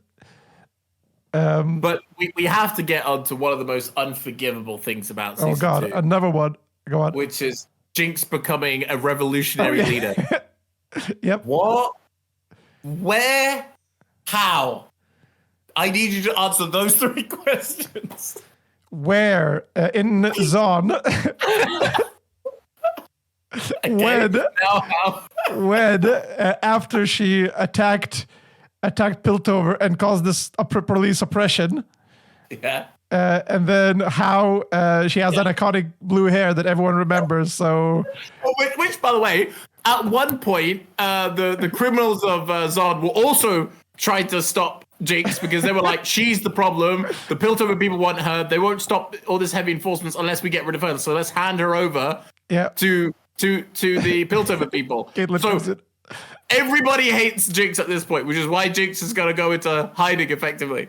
So, when did she become this revolutionary Shigavari leader? We need it. We need her. She's the only one who can do it. This unhinged teenager, essentially. Yeah. She's going to be the face of Zon. It just didn't make any sense. It's so funny as well. You mentioned the criminals who are like, okay, we need to catch Jinx, and we're going to help the authorities get her. Yeah. And the authorities come in, beat the shit out of them. Just go, where's Jinx? Why are you hiding her from us? They're like, what are you talking about? We're trying to help. We're trying to get her. Unlikely story, die. You're going away for a long time, scumbag. It just didn't make any sense. Oh, another thing as well, Powder 2. Yeah. I didn't understand why was she being chased? Like, the narrative that they were saying, or they were trying to show via music video, was that the criminal organizations are now fighting amongst themselves in the search for power because Silco's now dead, right? So what is chasing a child through the tunnels going to do to help empower your gang crime? She was starting her own gang, and they're trying to get them while they're young, so they don't grow into power. I must have missed that scene when she created a child gang. Well, no, she did. Look at her revolutionary, like she was on top of the statue, like holding her. No. I'm talking about the introduction to the character. I know. But we don't know about her before. We just see that her. Oh, right. So we're taking the notes from earlier. Right, okay, I got you. You're saying, like, because she can do that later on, she must have had that ability beforehand. Exactly. We don't know what kind of powers, what kind of revolution she's trying to start on her own. Yeah. And she saw that there's a Jinx there, that she's like, yes, I can use her. I can use this wild card on my side and start a revolution. And that's why Jinx is going to be a revolutionary. It was all the little girl. It was all Powder 2 that did it. Finally. Well, they needed more of that to make sense. She did. She constantly tried to encourage Jinx to be able to Yeah, but I don't. What I don't get is this little child didn't do enough. Painting fucking pictures everywhere blue is not enough. Standing on towers like a fake ass Batman is also not enough to create revolution. All right, there is a massive difference between symbols, like a symbol of hope or whatever, and to become a revolutionist. Yeah, like the way the scene in the jail where they all like touch her as like this like holy child of like. Yeah. It's like where she didn't establish any of this. Wasn't there at all? Had been like actively stopping enforcers, coming up with all these cool contraptions, indirectly protecting people, then it makes sense. Mm-hmm. But she literally disappeared and went into hiding for like ages. You know, when I look at my revolutionary leaders, I really like them when they're hiding and not engaging with the community. It's really what I look for in a revolutionary leader. Their absence is what makes the progress happen. That's what makes them a legend. Because when they're there, they're no longer a legend. They're just a person. But if they're not there, well, we can say whatever we want about them. Yeah. Also, I'm taking offense to the word jinxers. Oh, yeah, jinxers. Hello, my fellow jinxers. That's so wrong. The jinxers. Actually, funny you say that. I wanted to start this recording with saying, hello, my fellow jinxer. So stupid. The jinxers. So stupid. And also, they did not establish the other gangs enough. I don't remember BDSM gang from the first one. Yep. I don't remember season 1 BDSM gang. I don't remember. Huh? Gim gang, as they call it. Yeah, the Gimpers. Gang. The Gimpers. I don't remember Gimp gang at all. I slightly remember Metal Jaws because of the Asian guy, but I don't remember Gimp gang and the little rat guy. They're two gangs I don't remember at all. Yep. So they acted as if it had that massive significance in this hunt for power, but I just didn't know who they were or what they were. You know what? Also, you know what didn't make sense to me as well. Jinx's and Sylvika's relationship. Yes, why they still bothered to be together. Season 1 established that she kind of hates Jinx, Sylvika. So she hates Jinx, and later on they're like, okay, let's team up now. Like, why? They needed, you know what in fact, sorry, now you just remind me. It would have made more sense if Sylvika was the one that was building the narrative make Jinx the revolutionary leader. Oh, sorry, did I cut out? No, I said Savika. I needed to clarify. Savika, sorry, yeah. So it would have made sense if Savika was the one that was building the narrative that Jinx was this revolutionary leader. Because she was the one that brought the gangs together and said, look, this violence needs to stop. Our real enemy is Piltover. We need to stay focused, not killing each other, right? Mm-hmm. So, like, she could have used that. And then, do you remember when she was like, oh, we're all gathering at Xander's statue, whatever? It's like, she was clearly doing more to think about a revolution than Jinx was, right? But then she may have known that she may not be the best symbol because no one really knows who she is. She's just like, Silco's bitch girl. So she may have thought, okay, I'm not the person to do it. But now I can use Jinx to do that. And she could have been one telling Powder to like, paint this thing here, go spread the word, hire some people in, say, paint people's hair blues and do like good acts or so, like she could have been really pushing it. And then that's why she's bothering to stay by Jinx. She's like, you could be this leader. Like, I've done all the groundwork. All you need to do is show up and not be too crazy. You know what I mean? Hold your fist up and that's it. Exactly, yeah. But effectively, Savika's like she is the resistance fighter, but she'll never be known for it. Yeah. Because her core, like the purpose of her cause is bigger than her being known for it. Yeah. She genuinely wants this, Zon to be seen as an equal to Piltover. She's the hero. She's the hero, but Jinx is the legend.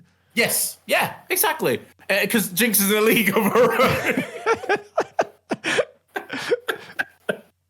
Yes. You know what? I was thinking earlier this morning as well. What the show really needed was a Silco funeral scene with Jinx and Sylvika. They needed a little moment between the two of them where they reconcile their differences and show that, well, we need each other, or like we have to move on past this, past this loss.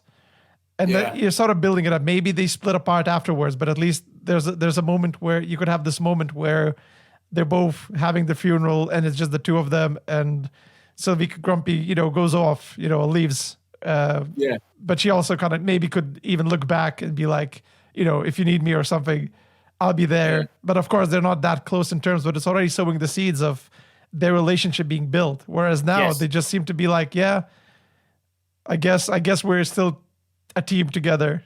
Yeah. And they had this try to get this moment. They're like colleagues that no longer work in the same company. For some reason, the company's got bust. But for some reason, they keep going back to the office again and like checking in their 9 to 5. Yeah. Do we have a job? No, but Oh, remember the good old days when we were here and we were doing things? Yeah, those were the days. Yeah. Even though we never got along, and in fact, we fucking hate each other at one point. But Yeah. I tried to get you fired the other time. Several times. Good times. The boss always moved when I tried to jab him in the eye. Remember that? Yeah, that was good. It's like, really, that's the only thing you're gonna discuss? That's the only. Yeah. So they needed to establish a bit more scene, and then going back to Silvika is her arm thing. She might as well not have the arm at this point. Oh my god, that pissed me off so much. I know exactly what you're talking about. There's a scene where it gets chopped off almost immediately after she uses it once. Just might as well not have it. But this is again the two rider syndrome, where in season 1 there was a lot more metaphor behind like someone losing an arm or losing whatever. Like the loss meant. Yeah. This, if we follow the narrative that Silvika is going to help create this revolution, she should reject the arm, because she should realize that her strength now is no longer in her ability to physically to do things. Her strength will now be in building up this legend, who will be in a league of her own. That was where that is what she. So when Jinx builds her a new arm, she goes, no, that's not the point of this anymore. I tried that way. I lost my arm because of it. Like, that doesn't work. Yeah. And I think if we had season 1 rider, they probably would have done something with that more than, we'll give you this brand new arm that has a lot of Jinx quirkiness, because why not, for one scene, and then it will never be used again. Yeah, that's why it so annoyed me. The scene took forever. Like, they had to show every single gadget that arm had. Yeah. And that's why I knew that arm is never going to be used again, is because they showed everything that the arm could do in that one scene. So I'm like, okay, she's never going to have it or use it ever again. It's a quick little funny haha Marvel scene, the two girls are having fun beating up the squirrel guy. Yeah. And it was just stupid. And then it was like, why would her character have a random role, a little RNG role in her arm? Like, she's the type of character she is would hate that. It just doesn't make any sense. Why? And again, it's like, if Jinx is gonna like do something for herself, it makes sense that it's Jinxy, right? Yes. But if she's gonna do something for someone else, why would she also make it Jinxy? It doesn't make any sense. Like, I don't get it. It was purely down to, we want stylization, we want like a fancy scene where we can use like multiple colors, neon colors. So we're going to use this arm as a gateway into that. Yes, but also the fact is that Silvika used that arm way too efficiently for something with a random random power mechanic. At that point, I'm questioning whether it's even random or it's like connected to her mind. Yeah, it's like, again, pulling the jackpot at the part where you needed it the most as well. It's like, I mean, what are the odds of that? a better writer may write in some like downfalls, like she tried to use one thing and something else happened and she gets punched or something like that, or she has to improvise and like use the lasso in some other way than trying to grab the squirrel guy or whatever the mechanic is. But it would involve a bit of creative thinking, which they haven't decided to do for some reason. Yeah. So it didn't make any sense, that whole arm. But and I think her character wasn't used enough. Vika, I think it was. It's very clear that in this season, more so than, really don't have a direction at all. Yes, they're just going along with whatever Jinx is doing, and also Silvika happens to be there. She's just there, from what I could gather. She's just there to explain why Jinx is not doing anything. Yes. Yeah, and on top of that, how does she have the influence to round up all those people to get to Xander's statue in the first place? Yeah, if she has that kind of power, she might as well be the revolutionary herself. She might as well. Didn't make any sense. What did you think of Victor's character becoming the next Jesus? Oh yeah, I saw some potential in episode 2 when that happened. I was like, okay, that can work. I can see that, cool things happening with it. He's taken in this godly role. He's progressing humanity in his own way, like using the arcane. But I think they just went way too overdramatic with basically a communist cult, Yeah. subtly happening underneath the city. Like, Yeah. I was like, it just everyone's so eager to it, and it shows that they want to have some kind of leader in that city. So it's fairly justified, but just the way it's portrayed, I think it's way too culty, and it just doesn't make Victor look nearly as villainous. First of all, and second of all, if he's the hero, and this still takes so much time, like his whole like floating around with his girlfriend in the space. Oh yeah. It just takes so long, and I don't know. Yeah, it seems to me that he's trying to bring the world like some good stuff. He's trying to use his power for good, and it doesn't work out, and he's gonna become evil. I think that's the natural progression that's he's trying to. But right now, it doesn't make sense that he becomes evil. Yeah, it doesn't. There's nothing about his character that makes sense for him turning, because he has a sort of enlightenment of whatever this thing is beyond a different plane. He seems to have a knowledge far more in depth than any other character's had. So it just seems a bit random now that he would just be an evil McEvil man. I don't understand how he would get there. Well, unless he's corrupted. Well, the thing that I suspected is that it seemed like Jace was infected by like almost like the opposite to what Victor was infected. So he became like this ethereal, godly, all-knowing, enlightened person. And it seemed like Victor was like possessed by sort of a rage, devilish, chaotic side. Mm-hmm. And I thought, which I thought the narrative was trying to explain that's the balance between this arcane power, which is you can have all this godliness, you can do all this healing. The downside is that negative aspect that you've taken away goes somewhere else. And I thought every time Victor was like healing people, the darkness that was in Jace was getting stronger, because it's the kind of balance that's needed to be had. And so that's why Jace was going all psycho mode and brutally murdered that oh yeah, that poor guy. That poor guy that had way too much screen time, first of all. Second of all, he enlightened and he became a good guy and instantly gets killed for it. Cool. He had so many scenes. Just to get murdered. He's not that interesting either. He was just chilling on the bed whining. It wasn't. And it didn't clearly explain what this cat lady's role was in this whole narrative as well, rather than her just being the one that just gave him the purple stuff. I just put the cat lady in the soon-to-be-dead group of people. Yeah, you should. Yeah, you should. But apparently, no, she's that much more important than we thought. Yeah. Also, why was I forgot his name. I keep calling him Oppenheimer. Heimerdinger. Why was he sneaking in? I thought the same thing. I was like, you haven't broken any laws. You can just walk right in. He's LARPing. He's like, now I'm with the Undercity. I have to be like all sneaky because that's what all the Undercity people do. They sneak through the tunnels. Okay. It was just another Disney Marvel haha scene, yeah? Yeah, and that's why I hate Heimerdinger. He's still the worst character. Like, no, Caitlyn is the worst, but Heimerdinger is definitely going into second. You know what? His skills were best used when he was making those bubbles for the kids. Yeah, that's the only way he can be any way useful. That's only talent, yeah. Only way useful. Because think about he came in, he snuck in, and 200 years of experience as a teacher, as a council member, as a just generally a guy living in civilized society. He doesn't know how to lie, and he acts completely buffoonish. Yeah. And I'm like, I don't know what to believe. Is he going for a Biden phase? Is he Biden-dinger right now? Yeah, he might be Biden-dinger right now. Yeah. I don't know what happened. He smoked the fumes of the Undercity. And he's now just fly off that tree. Yeah.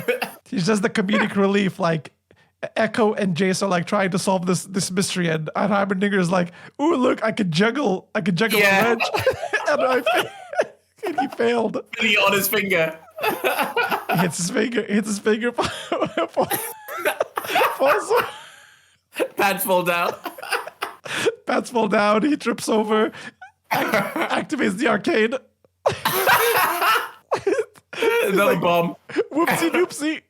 Did I do that? Jace. I think Sorry, yeah, go. He goes, Jace, you did it. you attacked. It's all about your hex tech, isn't it? You started off the atom bomb. It's like, oh, okay, Heimerdinger, calm down. Where's your bed? Take your meds. Oh, looks like it's that time again. Take your meds. You're getting too excited. Yeah.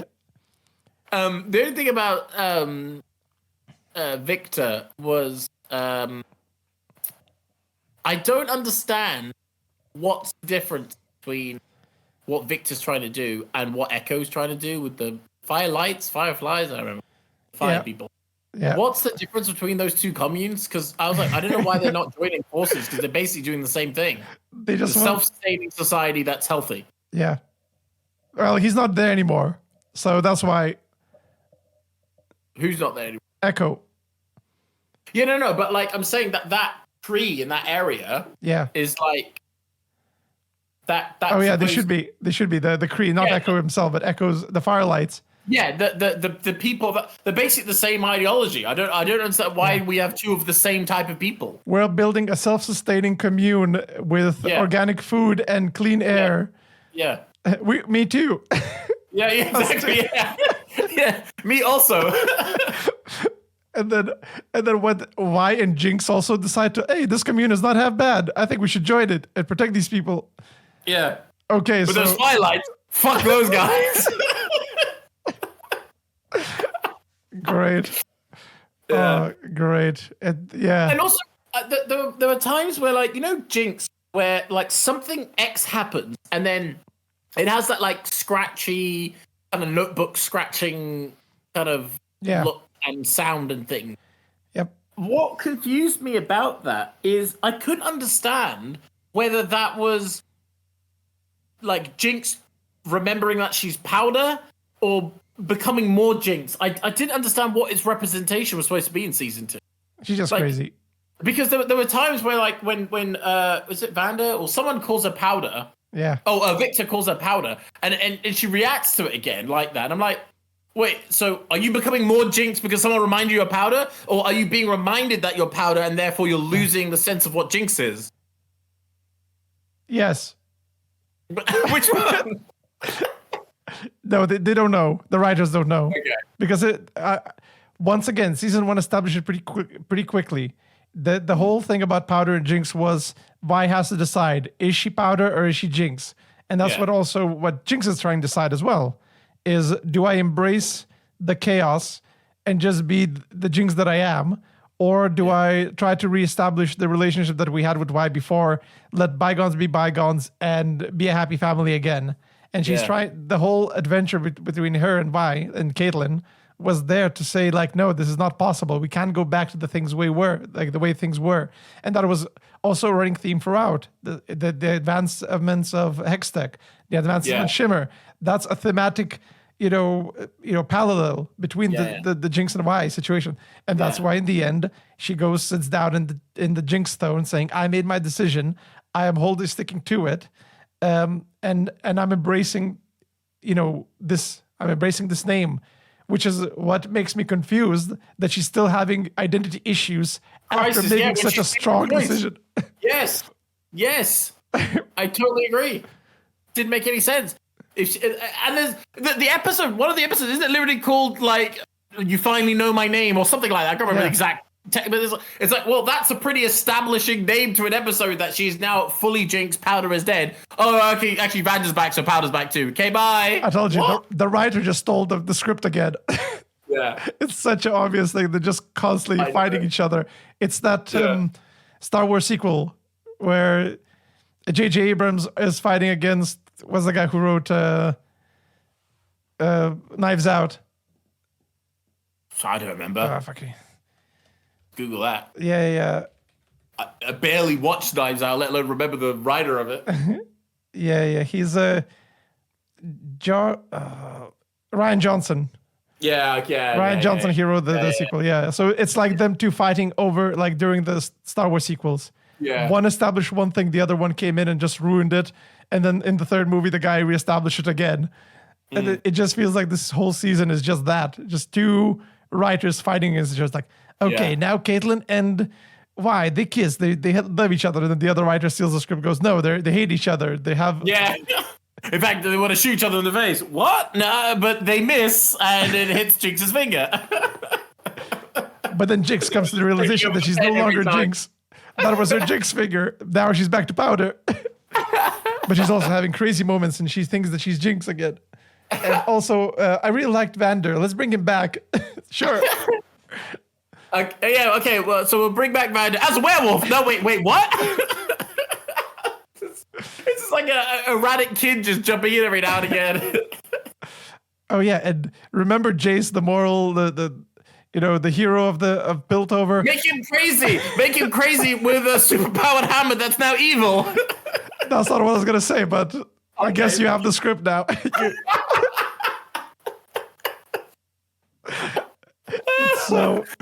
It's so confused. It's amazing to watch. It's like watching, in comedy films as well. This happens quite a lot in action scenes where two people are fighting over the steering wheel, and you see like a slowly approaching like wall.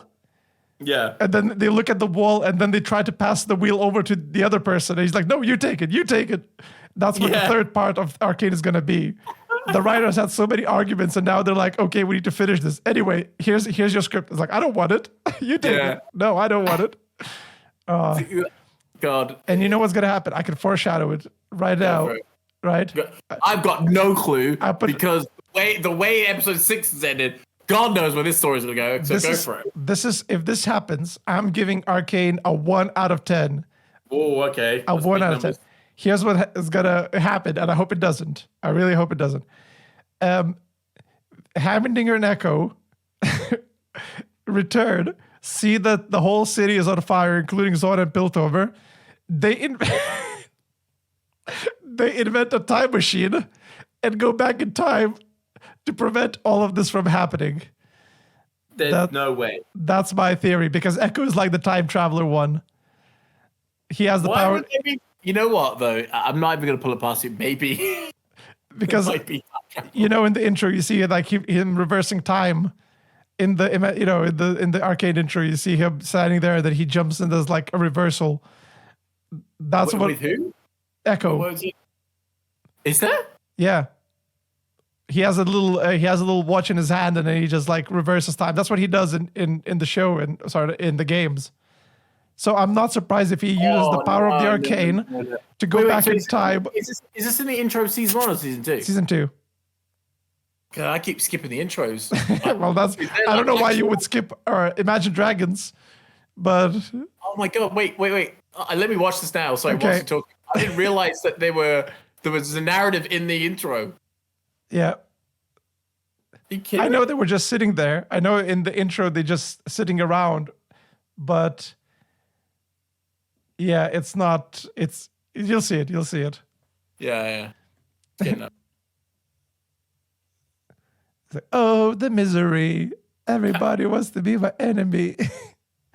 Spare the celery. Oh, by the way, the bit where Caitlyn's looking for Jinx, and but they find her, but they don't find her. She's like hiding the arm. The bit where like Caitlyn shoots the sign, and everyone looks back like, oh my God. I was like, she shot a fucking cardboard sign. I don't know what you guys are turning it back being shocked for. It's fucking cringe. Yep. And wake up to the sound, the silence that around. Oh, hold on. Oh. It's in... I'm telling you, they're going back in time. They're doing Endgame. And speaking of Endgame, it's very much a Marvel script right now. Like the humor, the dialogue, the interactions, massive expository dialogue. They just say what the characters think or feel. Yeah. Oh yeah, so you mean his shadow is like clicking backwards? Yeah, he's jumping. He's doing like a backflip.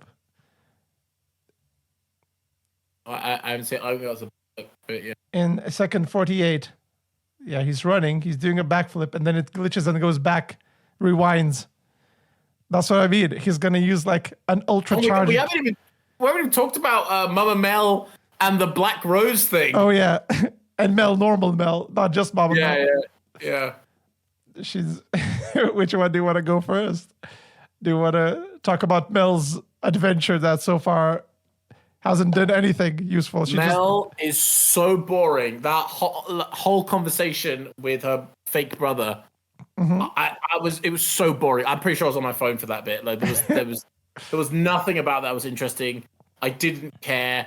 He was barely established in the story to begin with. So why would I give a damn now in this context of being in some sort of weird genjutsu prison? Yeah. And then again, it's just like this the whole Black Rose thing. You know what show comes to mind when I watch the whole season 2? Mm-hmm. It reminds me of Game of Thrones. Really? And in the show of Game of Thrones, it does this thing where it starts a lot of things that never got answered. Yeah. The writers just didn't have it in them to write a narrative that linked things together well. So when, for example, there's a, I don't know how familiar you are with Game of Thrones, but effectively there's this witch who gets pregnant and has a baby to this evil demon thing, which assassinates another character, and then it just disappears. And I'm like, is that a thing? Could we do that again? Why can't we do that again? I feel like that's a really incredible power to have that we should be using all the time. Why is that no longer a thing? You have to wait 9 months. Yeah, okay, fair enough. I would just have a bunch of people that study under the same level of witchcraft and just make a bunch of these babies all the time. Yep. But yeah, and again, I feel like it's doing the same thing. That there's so many things that they're adding on to. So this Black Rose thing. It's just like, I don't think we're ever going to get an explanation. I think we'll get they're just a witches cult that, I don't know, the Mama Mel pissed off or killed or something, and there's a curse on her, something like that. It'd be something ridiculous. But we're never really going to establish everything about it. And I feel like that's exactly the same thing with the actual hex core, what do they call it? The runes thing. Yeah. We're never going to understand what any of that is, because I'm 99% sure the writers have no idea what it is.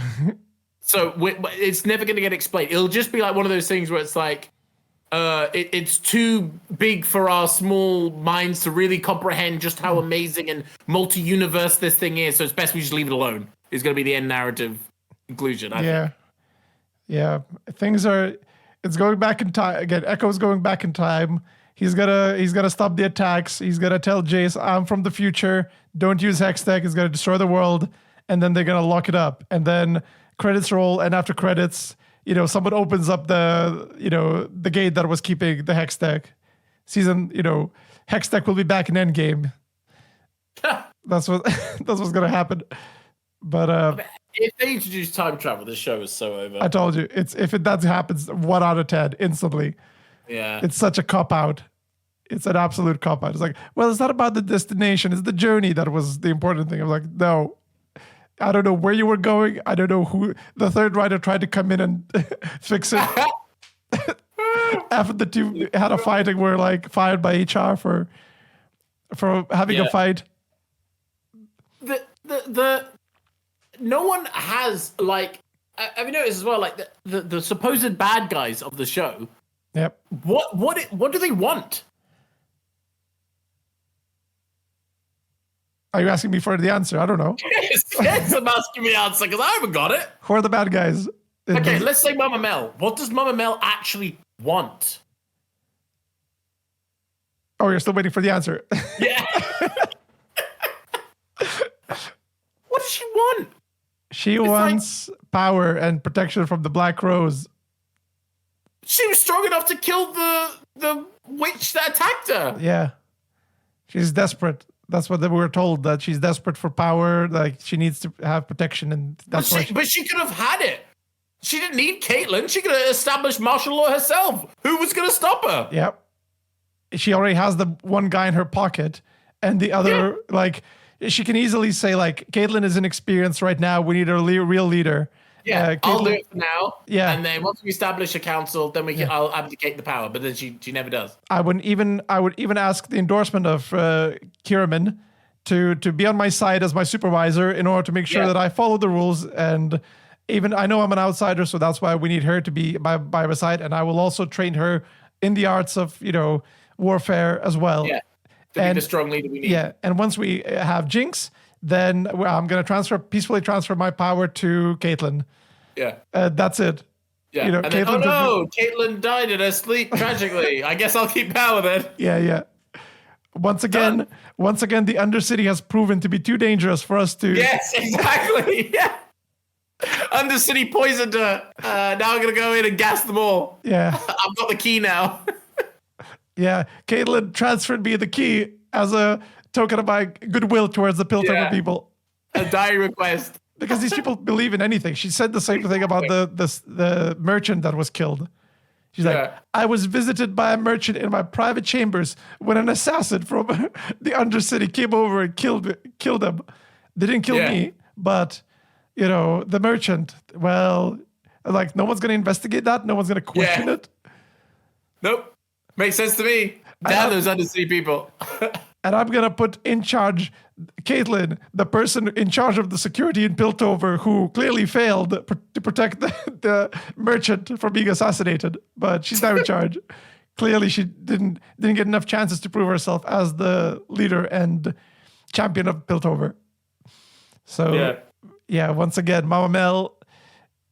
She also, as you mentioned before, how obvious was that she was behind everything? It was so obvious. It was annoyingly obvious. And it was like, me the whole time. Yeah, I know, like this big plot twist. Oh my god. It was so poor. It was so poor. And again, I didn't really understand what it was all for. Like, she already had the power. Doing? She was already being listened to by all the council people. Exactly. She had power. What was she waiting for? She didn't even need to do the sabotaging of the funeral. She needed to come in like the death of these councils should be proof enough that Zahn should not deserve any mercy from us. Exactly. And I shall run the attack. And then people are like, but no, people of Zahn don't trust you. That's why I have Caitlyn on my side. Yeah. And then that would be establish that the people don't trust her. Yeah. She's literally in every high council meeting, and she's the mother of Mel, who was a council member. Oh yeah, can I also bring up Caitlyn's uselessness in episode 1, the first time we see her? After the attack, she's standing there in the council chamber, right? And she goes, and the council one in the wheelchair guy, he's coming around. There's like, what is she doing here? And was it Mel who said that? He's like, oh, Mel was like, Caitlyn had first-hand she was a first-hand witness of this attack, that it was orchestrated by one person. And Caitlyn goes, Jinx. And I'm like, okay, thank you, Caitlyn. You can leave now. That's exactly what I thought. I'm like, okay, Caitlyn, you can leave now. Yeah, no need for you to be in part of the council meeting anymore, as you have no power of establish any sense of incredible things here. Do you have any other information that could benefit us? No. Okay, thank you, Caitlyn. We're sorry for your mother's loss. Spend the week grieving. Don't go up to work. Recollect yourself, and we'll get to you if we need you. We'll speak to you soon. Yeah. Okay, bye. Anyway, back to council matters. Yeah, back to how we're actually gonna solve this problem. Yeah. Again, so true. Okay, it's like, but I can help. I'm an enforcer. Yeah, but we have more experienced enforcers with. Yeah. We'll call you. We'll call you when we need you. Oh yeah. Can I say something about enforcers?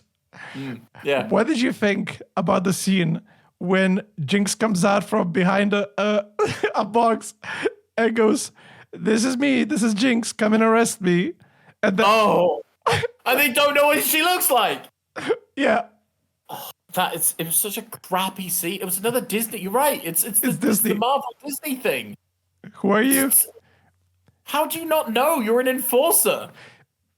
Caitlyn once again failing to be a commander. Not even showing what Jinx looks like. Not even giving like a. There's posters everywhere. What are you on about? It's not. I'm gonna have to defend Caitlyn here.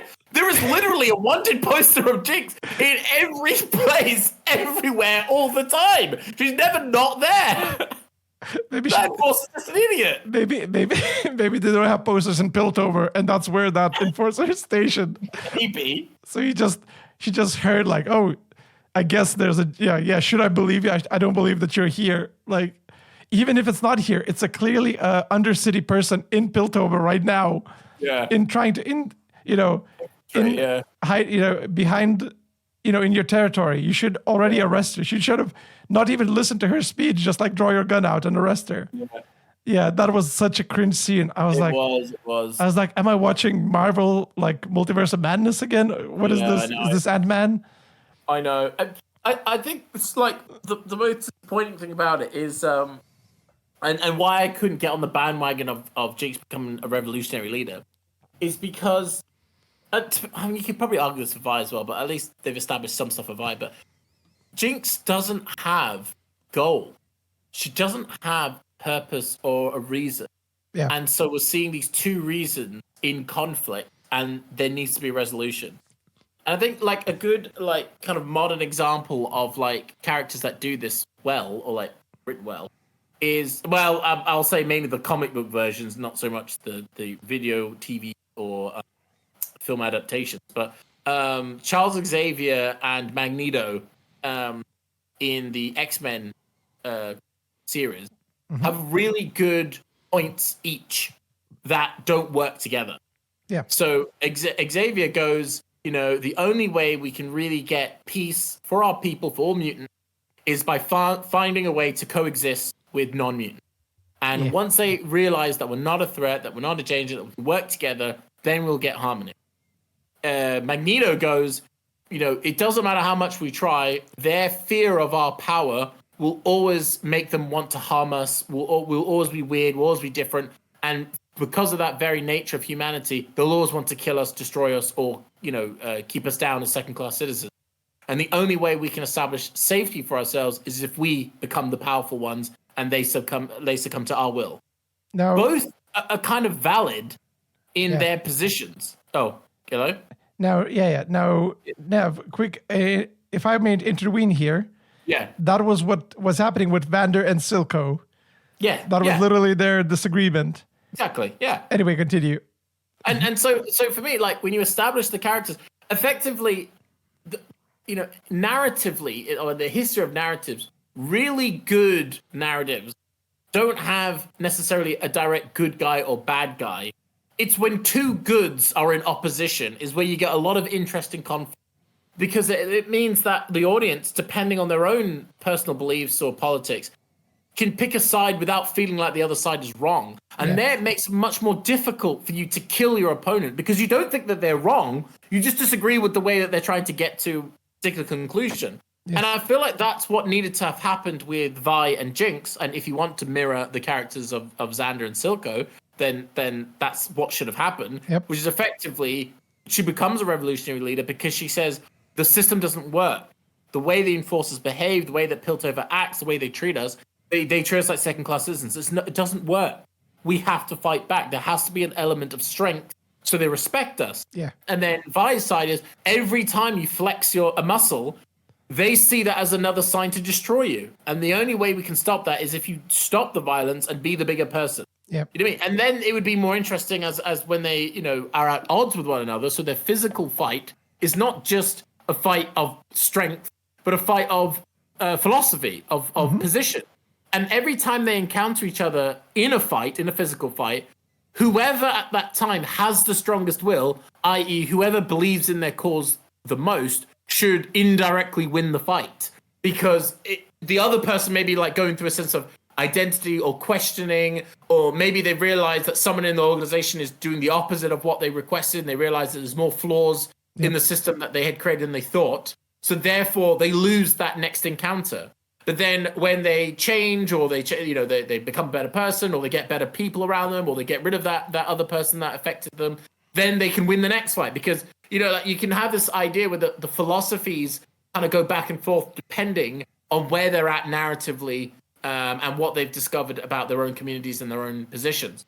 But it just doesn't replicate any of that. They just fight for fighting's sake because they don't like each other. And then one of them kind of wins and then one of them kind of doesn't. Or they both escape. It's just very bizarre. It's Also, how did Mama Bell defeat the other werewolf character? It happened off screen, so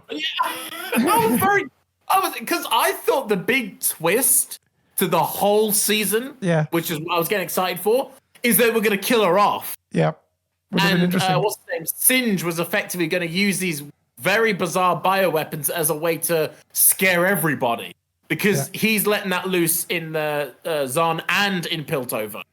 Yeah. So it's created a whole new enemy, and it would drive Piltover people even more to Hex Tech, because they'll see that as the only way. But Singe has created these creatures in a way where they're immune to Hex Tech technology, or that they can resist it, which would bring more fear. And then people of Zon will be like, we need your help. And then it could unite them as this kind of greater evil type thing. Mm-hmm. Which I thought it was going to go kind of in that direction, which would have made more sense why Jinx and Vi are now working together. Yeah, because they also have an ulterior motive, which is they find out that that's Vander. So it comes to them. They have an internal reason and an external, i.e. this is a dangerous being. Plus, it's better for us to take care of him because we may have an idea of how to save him. Yeah, exactly. But they don't do that, so whatever. Funny. Yeah. And the fight against Jinx and Vi, there's a shot where like it's the. Oh, we disconnected. Uh-oh. Okay, give him a second. And in my mind, I'm like, okay, so you disconnected for a second. Can you repeat your statement, please? Oh yeah, okay. So I was like, you know the shot I'm looking at now, the screenshot you sent me. So so it's Jinx and Vi gonna punch each other. Yeah. It's like a slow-mo. They're both raising their fists and they're gonna punch each other, right? And in my mind, I'm like, oh well, Vi's gonna obliterate her with these Hex-Tex gloves. There's only one solution there. You know, rest in peace, Jinx. It was good whilst it lasted. Yes. And then it cuts away to what's his name, Jace in the room. Yeah. With the wacky shenanigans. Yeah, and then it cuts back to it, and Jinx is winning. And I was like, wait, what happened? How did she win that? She did the anime teleports behind you. I just didn't get that. I was like, she would have lost. No. She went neck and neck with like a fist of fury. There's no way she's surviving that. No, there's a worse shot, which is a close up of Vi's fist going straight into Jinx's guts. Yeah. How did that not cut her in half completely?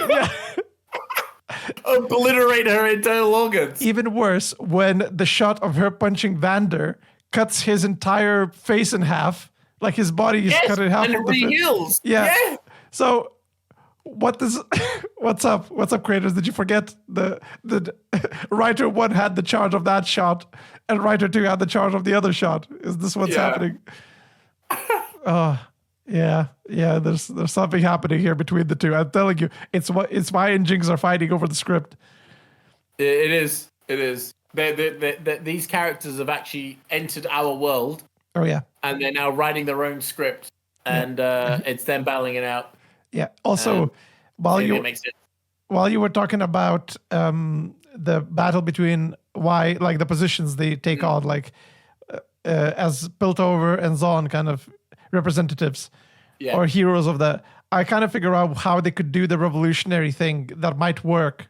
Okay. You don't have to look far. You just have to look at, and the problem with the tone, the problem will be the tone. But if you look at Robin Hood as an example, Jinx could be like Robin Hood and Caitlyn could be the Sheriff of Nottingham. That's the dynamic they should have went through. Which is Caitlyn's trying to stop Jinx. Jinx gives her the slip, either humiliates her or does something, and the people see that, and Jinx embraces that role like as a sort of a showmanship, as a sign of showmanship, and shows that there is still people fighting against Piltover. And with every loss that Caitlyn has, she gets angrier and makes her to go even more brutal. But it also makes Jinx appear more on the side of the people of Zon as the hero. Yeah, that's how it should have went. It should have been this cat and mouse game. It would need to be like a public display of embarrassment. So it should be like Caitlyn doing a speech about how they're gonna, get rid of Jinx, and then Jinx turns up to that event and beats her up, or like, it gets her to a position where she could kill her and chooses not to and walks away. Yeah. So there's nothing more embarrassing than doing a speech about how you're gonna like lay down the fist and and like be this like leader, and then the person we're gonna beat up, so the person we're gonna kill has now beaten you up. The whole people have seen that you're weak. They've seen that she walked away when she could have killed you. There's nothing more embarrassing. Then that would have definitely made her run into the arms of Mama Mel. Yeah. And Mama Mel would be like, yeah, I'll train you up. I'll make you that leader that you want to be so you can take on Jinx. Yeah. But I have my clauses, which is I want power. That involves Jinx taking action, which the show doesn't want her to do. Yeah. They want her to be like, I don't want to be the leader. Well, you have no choice. You have to be the leader. I'm like, she has enough motivation to be the leader by herself, even if it's just for the fun of it. Yeah. I'm crazy, I'm wacky, I'm quirky Jinx. I might as well just be the revolutionary leader. I might as well just troll the Caitlyn who stole Vi from me. That's all the motivation she needs. But they didn't do it. I'm like, why not? That's what the cartoons do that all the time. They're not the cartoons, the League of Legends shorts they put on. Yeah. Like Caitlyn is the sort of a crazy Robin Hood type, or just there to cause chaos, and the people of Piltover are unable to catch her, unable to stop her, and that's what gives the people of Zon more hope. Even though they might not completely support her actions, they still appreciate that she's getting one over for the people of Piltover, over the oppressive enforcers. Yeah, of course, yeah. And that would have worked perfectly fine and wouldn't affect the narrative, the other points of the narrative. Yeah. And why would... Yeah. Any other narrative than the one that they have would have worked. I don't think they have a narrative. I don't know. They have scenes. They have aimless. scenes. They don't have an arc. Yes. It's aimless. It's not going anywhere. You don't feel like any of the characters go anywhere. And it definitely doesn't feel like we're leading to anything. Now, don't get me wrong. We've got, 3 more episodes left? 3 more episodes. I'm not even afraid, because I know that one episode is going to be Heimerdinger and Echo doing their own shenanigans. Yeah. And I'm theorizing that they get thrown back in time from the Hex core. That's what I think. Yeah.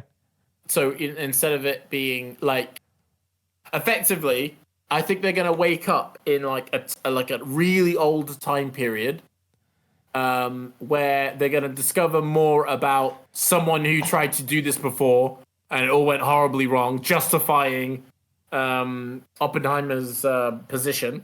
Mm-hmm. And then whatever the Hex core has affected Echo, it will give him the ability to kind of time travel, and then he'll use that ability to get him and Oppenheimer back to our time again, whatever this time is. Yeah, there's a time travel that will be involved, and I'm afraid of it. Yeah.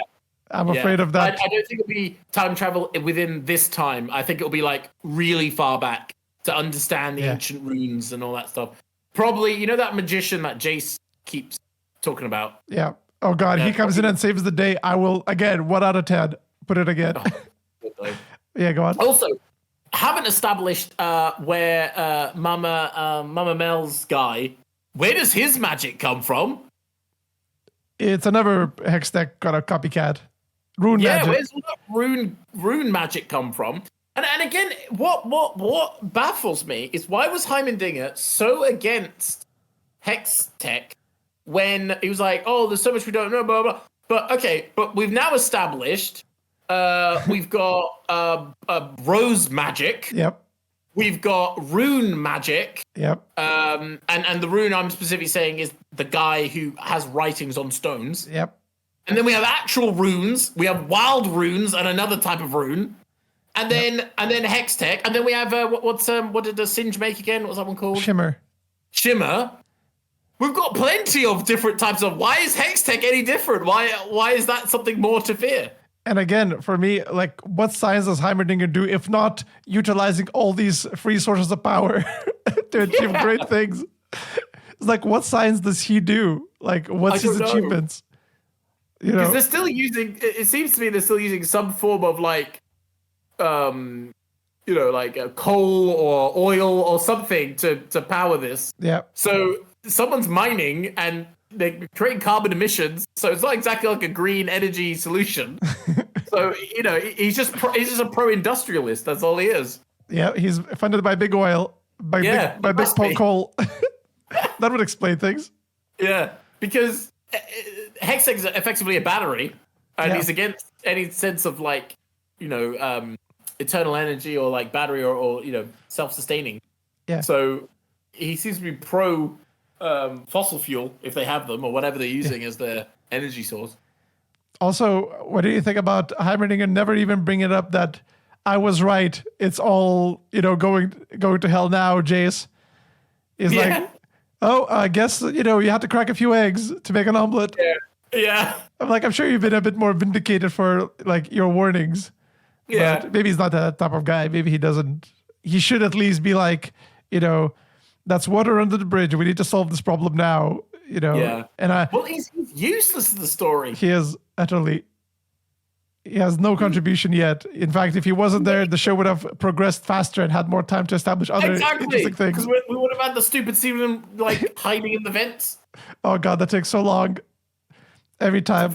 I need to, how I put the furiometer in the lackadaisy video. That needs to be there. So the Hyber meter. Yeah, the Hyber meter. It's like every time it just steals the show. It really does. And also, why wasn't the council member more pissed off after he thought he was going to become the new leader and then she gave it to Caitlyn? I don't know. That was also a very bizarre scene because he seemed very like power hungry, and then it was just like, he just chill out. Anything. He's just chilling out now. Again, back to the strip club or whatever he was, like the massage parlor, to get his legs last year fixed up. Also, the other council member is no longer anywhere in sight. I don't know what happened to her. Oh yeah. With the woman had gears on her face. The mask, she had her face blown off and she had like a cool mask, like a Phantom of the Opera mask. She was there for like the first episode and then never seen again. Yeah. Maybe I missed it, but she's not really. Well, it's martial law now, isn't it? So I guess she's just chilling as well. She's like, I guess I'll get a foot rub or something. Chill for a bit, yeah. It's like, sure. Yeah. It's like, what's the point of the council anymore? There's no point. Just chill out. Nothing for you to do. Oh, the only thing I noticed, but it's more of like I don't know if it's a kind of Easter egg thing, rather than an actual point. But in the beginning, council table, it's shaped a lot like the gear that Victor is flicking point, like gear thing. And so when you talk about the two halves of something, I'm like, I feel like this is supposed to be like a metaphor, but it's so poorly established. I don't really know what it's a metaphor of, because there is no council anymore. So what is that supposed to represent? No, it's and what's the sides? Yeah, it's and not. If it's like, go on. No. I was gonna say that the gear of the council is just a gear. Though it's not. The other one is more symbolic of his sort of machinery, like his evolution towards embracing machinery. That's the no. But the gear table, it's the same. If you look at the shot from the first scene, the way it's colored, it looks like the infected version of the gear. Really? I need to double check because I feel like it's just another sort of gear type because there's too many teeth in Victor's gears. Well, it's not a perfect match, but what I'm saying is I feel like that is them trying to make and establish this idea of, because the gears like infected with something. So I'm assuming they're saying that the Piltover council, the power in charge, is also infected by this thing, which is effectively power. Mm-hmm. You know what I mean? Overuse of power. Yeah. And it's like you said, it's two halves of the same coin. You can use it for good, you can use it for evil type thing. But maybe I'm looking too much into it. Maybe you're right. Maybe I'm because you're right in the sense that the gear table of the council is a symbolic gesture that this is the machine. The council is the thing that runs the entire city. That's what the symbolic meaning of the gear is. Now the other gears, I think it's because I have meta knowledge of where Victor is going, but it's all right. I thought it might have a different symbolic meaning. That one. Okay, fair enough. Yeah. So I'll succumb to the more knowledge because I don't know anything about the world. So Yeah, I would make we that need 3 more episodes, I think, to really establish what that thing yeah, is. that's true. If we see the similarity like later down the line. Yeah, we might Also, see. I know this is a bit of a backtrack one, but I can't remember if they did this in season 1. So if they did, don't include this. Okay. But I will. But... the scene where we see, the Mama Mel makes Caitlyn the new leader, or she says, I think she. Yep. And then we see like the flashbacks to her like setting up the attack in the first place and then killing the people who set up the attack. Yep. That's the only scene as far as I can remember, but it might have happened in season 1, where like they showed us information that no character has asked for or was in connection to. That was just a scene on its own, but it wasn't like.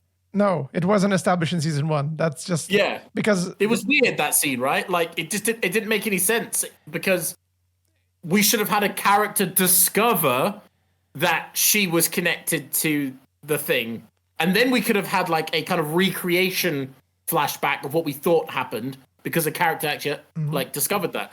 But just telling us as the audience, I don't think they've done that in anything else except that one scene. Yeah. So no. When she goes like revenge for your child, your son. You mean you're saying that flashback scene? I think so. It's when the rune guy comes to give the offer to sabotage the funeral.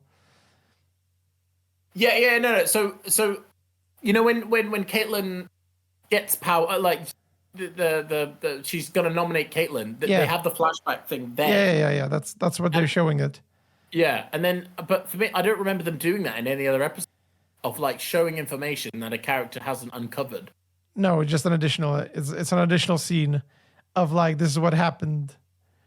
But it's weird because you haven't done it in any other aspect of the show. I'm trying to remember if they did or not. But yeah, like I said, they may have done it. So it's the bit where like she's like pounding her chest, and like everyone's I like, remember the scene.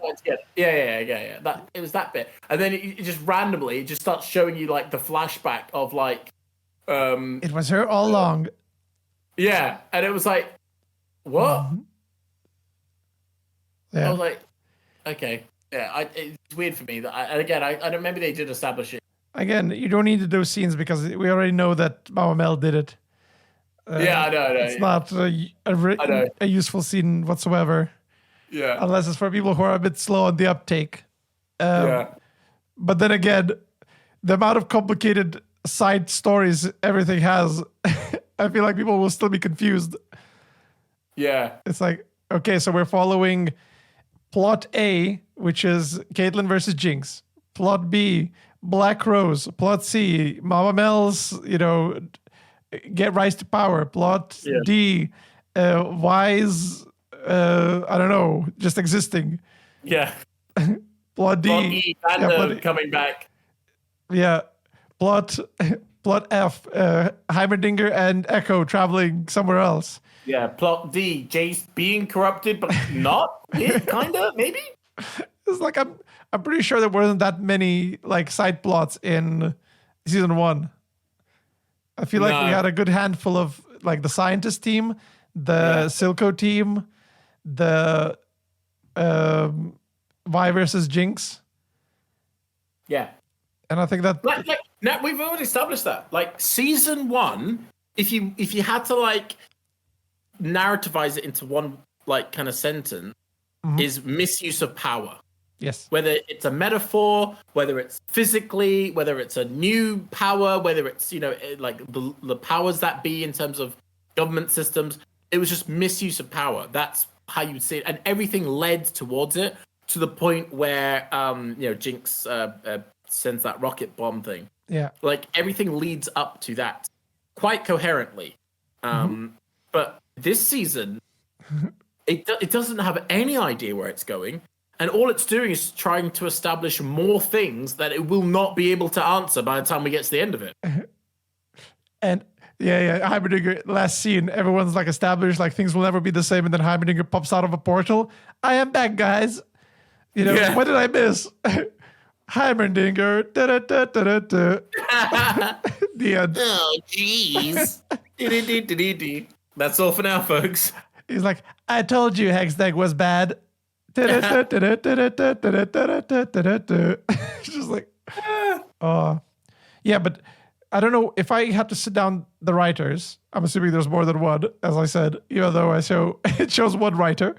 If I had to sit down writers and simply asked, what is this show about? What is this season about?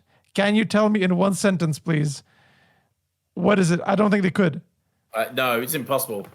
They would be like, because I feel like the closest one we got to explaining what the show is about is Victor's explanation about humanity.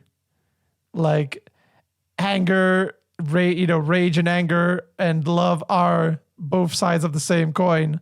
Yeah. Two sides of the same coin. You can't have one without the other. You can't have love and peace without war and, hatred. Yeah. And that's the flaws of humanity. That's what my attempt to, solve the problems didn't account for. Now it's ham-fisted as hell that, yeah, because they could have done so many things to not have that outcome. But of course, that's what I think they're trying to do. But I don't know what other elements of the story without Victor telling you. I don't think I would get that if there was no speech about, from Victor. Yeah, definitely. Yeah, if you didn't physically say those words, you'd have no idea. Yeah, I get it. It just doesn't feel right having even those words. Yeah. It wasn't that hate, yes, there's hate that things happen and grief happened and that led to some bad, misuse of power. Yeah. But I think the misuse of power is the problem, not necessarily the hatred. Yeah. Like, and again, it's like one of those things where if you muted that scene, yeah, and you just played it out, the way the camera's angled and how we're looking, it more appears to me like he will. Sorry, disconnects again. I would have thought he was a bad guy, got too crazy with his maniacal kind of mechanical bioorganism power, and now at the end realizes that he's gone too far. But that's not what he's saying. No. It's almost the opposite of what he's saying. Yeah, I don't know. He's just being forced into a specific direction where I don't think the narrative set him up to go into the specific direction. Exactly. And that has been this entire series so far. Has been just establishing things that just for plot's sake, not because they make sense in the world, not because there's any like narrative that's built up to it. It's just I need this character to be here by here because we've already written that this scene's going to happen. You know what I mean? Yep. It's just I think that's the most frustrating thing about season. Also, what's your take on? We haven't talked about Powder 2 that much. Yeah.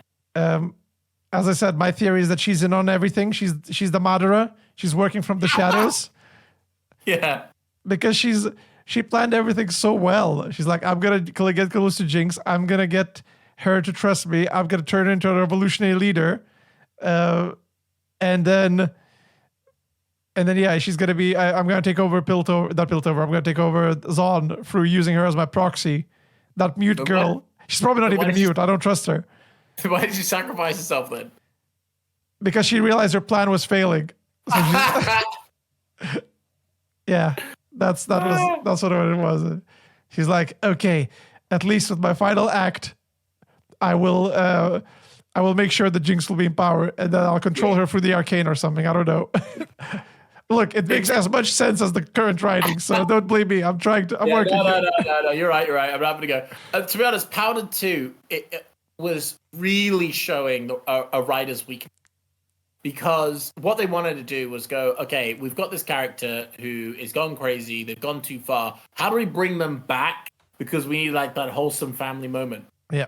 Oh, let's bring in a child that's similar to her and like let's like take care of her for no reason whatsoever, even though Jinx has never shown any signs of responsibility. Yeah. But for some reason she's now taking care of a child. So I'm assuming therefore feeding her and helping her like get a place to sleep, warm, things like that. A parent affection, effective, or a little sister or an older sister type dynamic. Yeah. Which again, why would a hinged, crazy person somehow now go along with this kind of normality? I don't know. Yep. But let's just say hypothetically they did.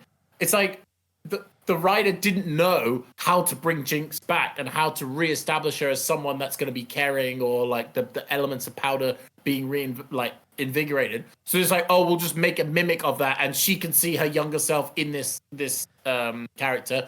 And then when but again, I'm assuming the character's died, right, from this nuclear bomb that she set off right next to her face. Yep. Right. I'll assume she's dead. If not, I need some bloody good explanation. But if she is dead, then again, it makes less sense about Jinx's kind of identity issues, because Powder 2 is now dead. So it's really confirmed Powder is dead. Yeah, it's super it duper wouldn't make confirmed. any sense now for her to come back to be like a normal, sane person. It's Jinx now. Wait, it wasn't a couple of minutes ago. Yeah, but it all changed now. I'm Jinx again. Yeah. Oh, God. Okay, I guess I'm an enforcer again. Caitlin. Caitlin, I'm sorry. Give me back my uniform and my gauntlets. I think that's what I really didn't like about Powder 2's character, is that it just for me, it just absolutely showcased. She's way too smart and way too active for for a 5-year-old. Yeah. And then again, it's like okay, I hate to like cross compare narrative, right? Yep. But if you look at, like, I'm going to do a cliche one, because at this point, we don't even need to go into, like, any sense of cinema or specific detail. I can use the most obvious fucking narrative and it would still be better. And I was like, if you look at Darth Vader's character, right? Mm-hmm. Another character that's gone so far deep down the rabbit hole that he's just the embodiment of evil. He looks evil just by staring at him, right? He's more machine than man. Yes. Yeah, exactly. And how do we bring that character back? We introduce him to the one thing that is going to be his ultimate weakness, which is his son, right? Yeah, his family. So family. Yeah, son, his daughter, family connection. Something he thought was lost that he can now reconnect with in order to bring him back to the man he used to be, right? Mm-hmm. So that's how we bring that character back, right? It has to be something deeper than just random person on the street. It can't be random person on the street. It has to be a connection. So the only person that can bring Jinx back to Powder has got to be Vi. But Vi has to change back to the original Vi, not Enforcer Vi. And once Vi has made that transition, once she has changed, that is the only character that will be able to stop Jinx. Yep. And not stop her as in kill her, stop her as in stop her from becoming what she is. And making her go back to who she really is, her true nature, which is Powder, a kind, caring, fun-loving, creative, interesting person. That it's the only way you can do that. But they don't have the ability to do something like that. So they just say, oh, we'll just make a Powder 2, and then we'll just make Powder 2 emulate Powder, and then therefore that'll bring her back. The end. The end. And then I don't know what to do with Powder 2, so let's kill her off. Let's kill her. We don't need her anymore. She served her purpose. She brought back Vi and Jinx together. That's all we wanted. Yeah. But did you not feel like, the bit where they're hugging Vanda, sorry. They're hugging Vanda. It was like, ew, get out of here, you little orphan. She's not your dad. It's like in The Simpsons where they're looking at sheep, like little lambs. It's like a little lamb, a small lamb, they're like, oh, and then even a small lamb, like, oh, and then the second one comes into the frame and they just push her out. Like, no, you get out of here. Yeah. That's what I thought you were going a different one. I think it's The Simpsons again, where like they're all like hugging Santa's little helper, and then Snowball comes over and he goes, "Get out of here, stupid cat!" Yeah, it's that. It's that again. Yeah, that's what I felt like anyway. Yeah, I don't know what Powder 2's again. That's what I'm saying. She's the mother. She's only wants a family, and she planned this massive, elaborate plan to get Vi, Jinx, and Vander back to be part of that family as well. Yeah, how you find out that she was actually the one responsible for the bomb going off in the first place. Yeah, she time traveled with Echo's power to set the bomb off to put the whole thing in motion. Yeah, she's mute as well, but she does like the usual suspect, like the ending of Usual Suspect. Starts walking normally, gets into a car. Gets into a car, the greatest trick the devil ever pulled was convince everyone he didn't exist. Woo, woo, woo, woo. Just like drives off. Wake up to the sound, the credits roll. Wake up to the sound. Everybody wants to be my enemy. Who else did we? I feel like we're missing someone. We're missing a crucial element of a story, but. Well, I think we basically skipped over Mel. I don't really want to analyze any of that. As I said, she's in a genjutsu. We're waiting for her to come out and seeing like, oh, what happened when I wasn't around? Mother, you went too far this time. I'm fighting against you. Try it, and then use the powers of the Black Rose, to stop. Also, we haven't yet established, has she physically left the place, or was it all in her head? And she's like, she's in a different dimension. Okay. So it's established that that's a physical capture, yeah? Maybe 50-50. Right. Could be. Right. She could be in a coma, right?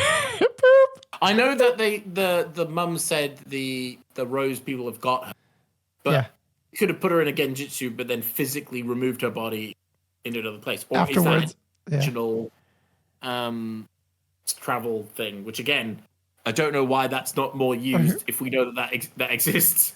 How much Heimerdinger does know about the Black Rose? I feel like he should study that as well quite often. But again, that would have been like a really good thing to have brought up when they said, why are you against Hextech? Yeah. Oh, well, there's Black Rose magic that does incredible stuff, but it has terrible side effects. Mm-hmm. Yeah. Could have established that. Oh, Jace. We covered Jace. We covered Vi. We covered Jinx. Yeah, Jace became a bit not useful as well. Jace is... We can get rid of him from the story. I don't think we need him. All we needed is... I would be happy for a Bugs Bunny type show with Caitlyn and Jinx, and I would be entertained by that. Yeah. And that's all I needed to do. Like, she's chasing... they're chasing each other, and the story... Things happening around them, Yeah. I feel like they're... In some ways, they're a little bit going too far. They're having too many storylines. They're having too many details they're trying to cram in there. And as I said, the only way I can see it being resolved is through time travel. There's just too many loose ends that just need to be tightened up. Nah. I don't see them doing that because I don't think they have any intention of tying up any of the loose ends. They're just going to leave it. They're going to Game of Thrones this. They're just going to keep. They said they're not going to be a season 3. Yeah. Hey? They said they're not going to have a season 3. Do you think that's going to stop them? No, but I'm saying if they're going to set things up and not deliver on the conclusion, which I think they need to wrap up. They're not. Yeah, but they're going to do that. They're going to not deliver. They're not going to wrap up. Again, what conclusion? Can you imagine what conclusion they're going to have in the finale? It's impossible. It's just going to be BS. It's just going to be, like I said, it's either time travel or a character hits such a state of enlightenment they can just eradicate all sense of evil in one shot. There's no way you can resolve any of them. Because you haven't put anything in motion to be resolved. Yeah. As I was saying to a few guys on Discord, I said, if I was given a script now and be like, Trent, can you fix this? I'll be like, no, I can't. Sorry. Yeah. I don't know what to do with this script anymore. I can try to mend it somewhat. Just eradicate a few of the characters. But then I can't imagine what's the conclusion of the storyline? What lesson, what kind of things am I going to take out of this besides a lot of cool music videos and cool action scenes? I've got a great way to tie it all up. Okay, go on. It was all a dream, and Mel was just knocked out from the explosion, and now she's woken up again, and now we can actually start the real narrative. It zooms out of Victor's head, and then he falls out of the arcade and goes, "What? I need to stop this!" And then he's like, runs over to what's her face, Mama Mel, as we call her. Yeah. She's the one. She's the one behind this all. Arrest her. Caitlyn arrests Mama Mel. Mel takes over, and everything gets sorted. Wake up to the sound. Everyone's gonna be my enemy. Yeah, done. Wow, what a Everyone's story. Gonna be my new best friend. Changed it for the ending. Yeah. And if you want to learn more about these characters, check out Arcane.com. Or sorry, Stop League of it. Legends. League of Stop Legends.com. pitching League of Legends halfway through. Wow. And Jinx comes in and is like, wow, that sure was an adventure, huh? And if you want to get to know more of these characters, check out League of Legends, the hit video game. Wake up to the sound. Or they That could, genuinely would be a better ending. yeah. Or they could do a Sonic 2 where they all have a dance-off. Just like God. Imagine Dragons plays on stage, Vi and Jinx are like dancing together. Jace and Heimerdinger are like doing some cool breakdancing. I don't know why you're saying Sonic 2 when it was clearly Guardians of the Galaxy who did it first. It could be anyone, really. I'm just choosing the better example. That's true. That's fair. Yeah. Yeah. So yeah, I think Yeah. we covered most of the things that I feel like we missed something really important, but I'm sure people in the comments will let me know. Well, it wasn't important enough to remember. Like just fucking the rest of the season. Maybe Singe's motives of daughter. Sinj does the correct thing of just like chilling out and not participating in anything. Yeah, I know. But by the way, further confirmed. So I already thought he was a genius, an innovator, Yeah. progressive, ahead of his time, created technology that could combat effectively a nuclear bomb, right? Yep. And not only that, but his cause is righteous because he's trying to save his daughter. Yes.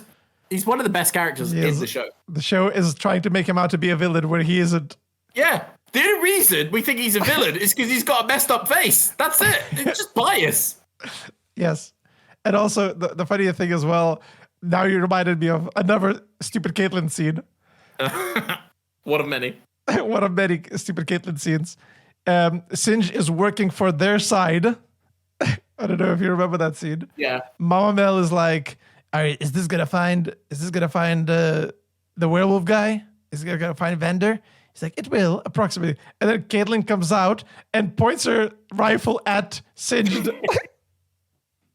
I know who you are. I'm gonna stop you. I'm like, no, you won't. Your boss is literally next to you. You're like, I don't know why you're even drawing that weapon. He's clearly not. He's clearly working on your side right now. I know. There's no reason for you. And she's like walking with the gun as if he's gonna do something right now. It's like, calm down. He's every Caitlyn scene is cringy. Yeah. Every one of them. Every time she does something where she thinks she's cool. It's like I say, she's cosplaying. She's not really from that world. She's just laughing. a fan that's found their way into that universe and is cosplaying as a character. Actually, that actually makes a much better show as well. A League of Legends fan gets isekai as Caitlyn and has to play the role in order to blend in with the rest of the story. It would actually work so much better. Yeah, it would make more sense. It would, because then it would be like, okay, Caitlyn is an enforcer, right? So I have to enforce. And then, okay, let's use the gas. I was like, oh, wait, no, I changed my mind. That was the bad mistake. And that's what we see in episode 4. She looks like she's hesitating to do anything. Yeah. And I'm like, she's like having doubts about her oppression, which she shouldn't have if she's so committed to Oppressing. Yeah, she's so committed to just going all out and enforcing. But the fact is, this is what annoys me as well, is, as I said, if she was grief-stricken, if she just took a week off, chilled out, fixed up the grave, put light a candle, relax, she may not have this dictatorship role in her mind. She wouldn't have these moments of hatred, because we now see her like more hesitant, like the heat of anger cooled off, and now she's like, oh, what have I done? What? Yeah. And I'm like, okay, so you're not even that strongly against the Undercity. You're clearly hesitating. You're not committed to this, where the show is definitely establishing you as like, you're taking this too far and I'm going to go this even further now, just to get Jinx. And I'm like, okay, so now we forget about that. You're no longer committed. You're now, uncertain about it. And you could have done it, but not the next episode. You can't have episode 3 be, I'm going to be the next Hitler. And then episode 4, I don't feel like I'm going to be the next Hitler.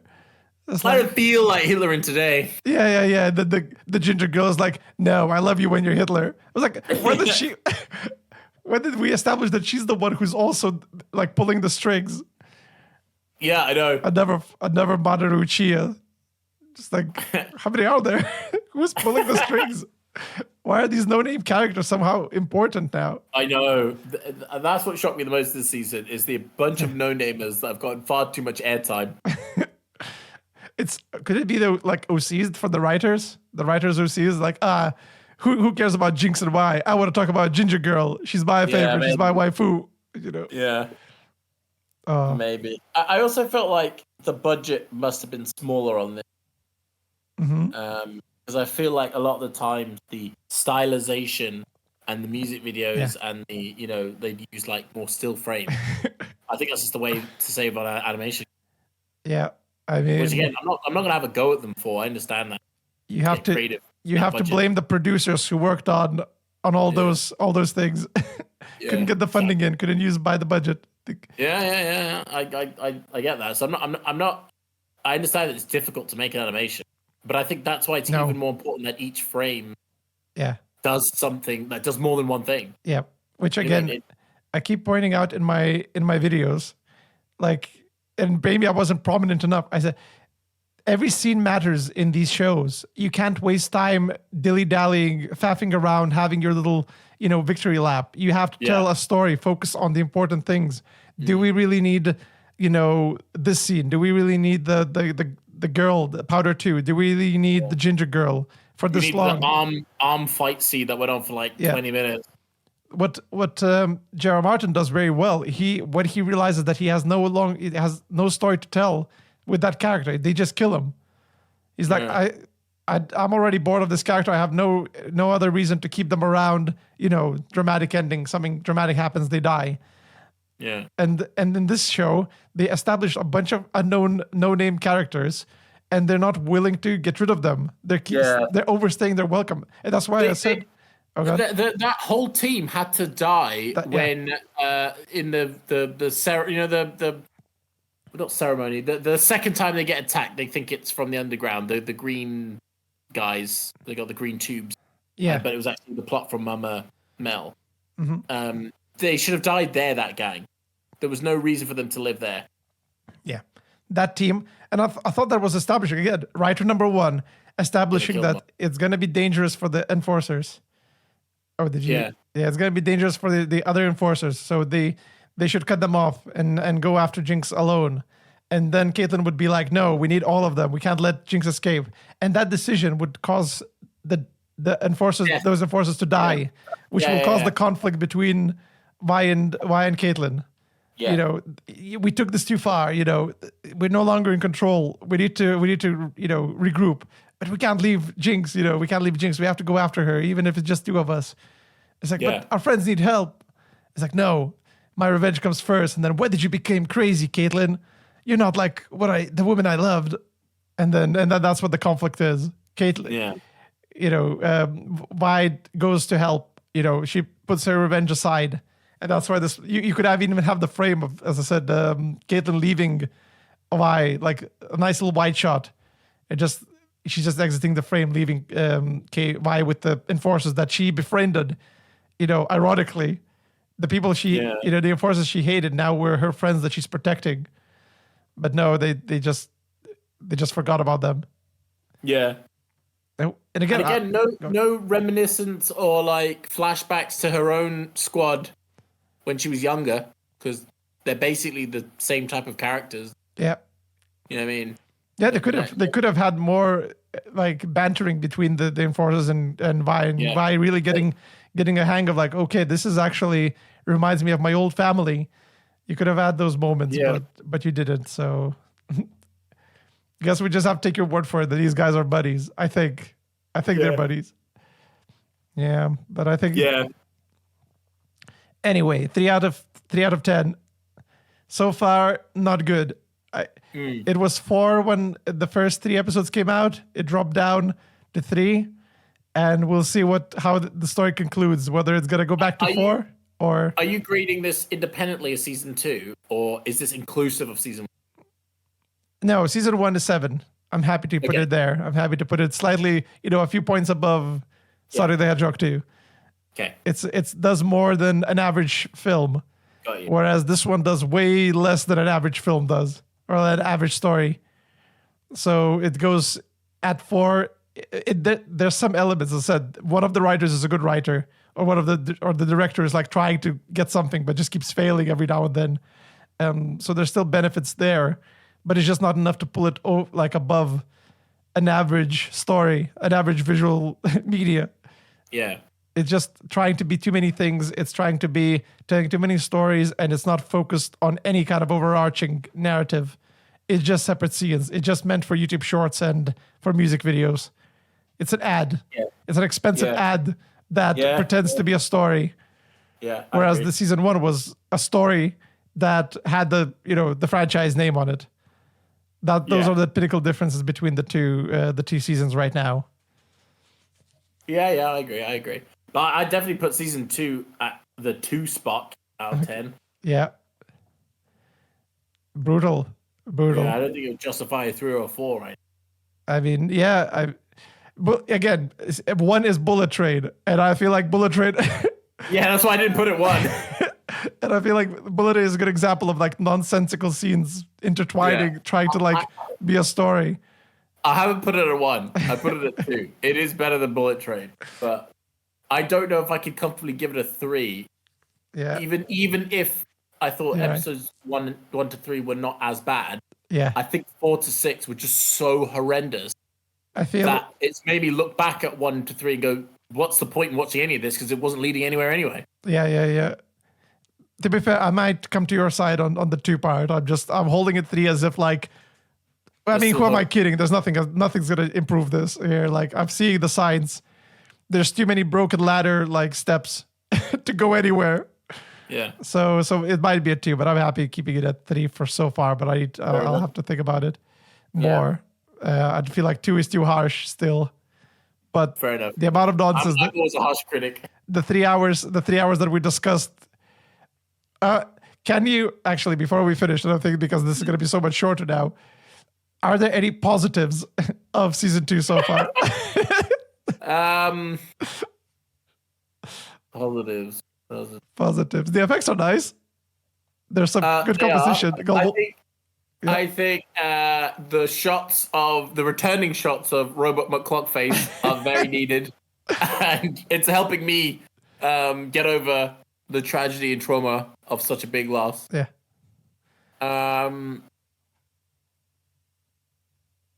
It's a long silence. Let me think back to like the first episode because I've only just got 4, 5, and 6 in my mind, so it's not a lot of positives there.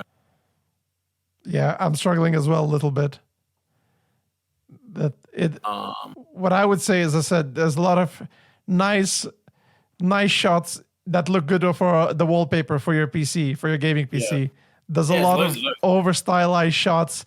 The compositions are there, even though they don't mean much, but they look cool.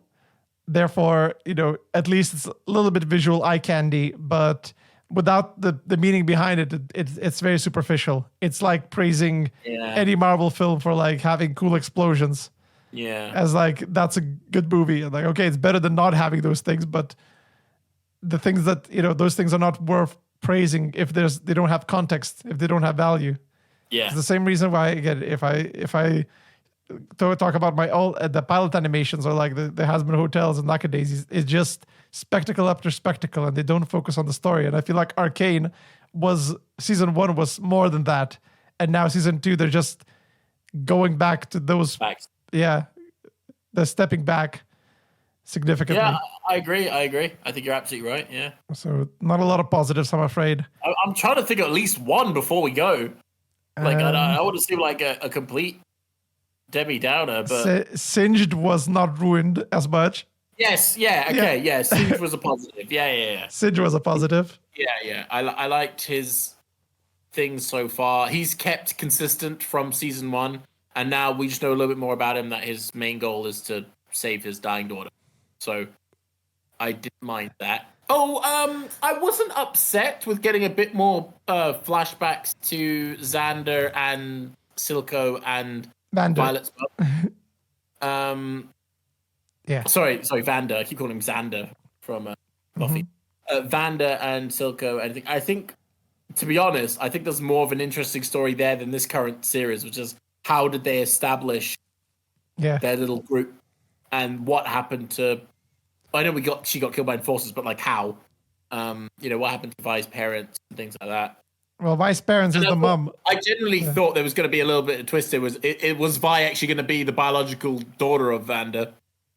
I thought that was what it was, but well, no, because she said she was knocked up. Yeah. By the other guy. Okay. I'm pretty sure she's. And it turns out that Silco was the dad. They were just pretending. Oh, imagine that Vander's the father of Violet, and what's the name? Jinx is the Vi and Jinx. Daughter of Silco. That'd be terrible. I hope they do that. It feels like they're trying to force that, like there's a biological connection between Vander or whoever, whether Vander, whether like, I don't know, just the pregnancy scene just seemed weird. Like, I want my child. Yeah. And he gives the name, Vander gives like, oh, I'll always liked Violet, as if he's the dad naming. Yeah, I know, that's weird too. Like, if I was the biological father, I'd be like, wait, why are we calling our daughter after one of your very close friends that you spend a lot of time with when I'm not around with? Yeah, I thought that was what it was. It was like they're keeping it a secret, like from Silco. But it could be. I need to rewatch this. I was already. There was so much emotional turmoil in terms of like the writing that I kind of zoned out a little bit. You needed time to recover. I need to come back because I tried to do that with the first 3 episodes. Like, oh, maybe I'm being too harsh, and maybe there's something valuable there. And as I said, there was. That's also another scene, by the way, where they established things that a character didn't find out. That was just a random scene. Oh. Yeah, you know what I was saying before about Mama Mel having the, when we had the kind of flashbacks. Oh, yeah. Well, that flashback going into Vander and Silco and Violet's mum, well, Violet didn't find it out in the note that she read. Oh, yeah. We just cut to it randomly. There was no, like, initiative to, it wasn't like, when, what's his name? When Victor's, like, touching Vander's and he's trying to heal him. Yeah. Would have made more sense that it was in there somewhere. Yeah. But it wasn't. Yeah, I don't know. That flashback was just completely useless. In that position where it was, I don't know what it's trying to build up to in some ways. Like, will that change who I is? Hello? Oh, I disconnected. Oh, now I'm back. Okay, you're disconnected. Yeah. I said, is that flashback going to change anything about why? No. Is it going to change anything about Jinx or anyone else? Like, even if, let's say, Vander is the biological dad, what's the difference? Yeah, it just doesn't change anything. What's the difference? He was already a dad to them. It changes absolutely nothing, you're right. There isn't anything in there. It's like that. And again, like the whole blisters and bedrock thing. Is that code? Is that going to come back up again? What's the point in all that? It's gonna be like a secret door, and they're like, "What's the password? Maybe it's blisters and rocks." Shh, doors open. Cool. Yeah, doesn't make any sense. Oh well. Well, also keep in mind, I think we're coming to a natural conclusion now. We're exhausted. Keep in mind, the people in my community said that this is Arcane, which is they see it as a good show. 80% has voted for that. Sorry, I say Arcane. Yeah. I said, what do you think about Arcane so far? Is it an Arcane, Arcane, or Arcane? So what do they grade it? Sorry? Arcane. Arcane. All right. Well, I'm firmly in the camp of Arc fucking nay. No, there's even worse. There's Arcane, which I'm in. That's my place. It's Arcane. Okay. Because it was painful to watch after seeing season 1 and then seeing all these characters it's just pure pain. Okay, I'm at Arc disdain. I'm having secondhand Arc shame.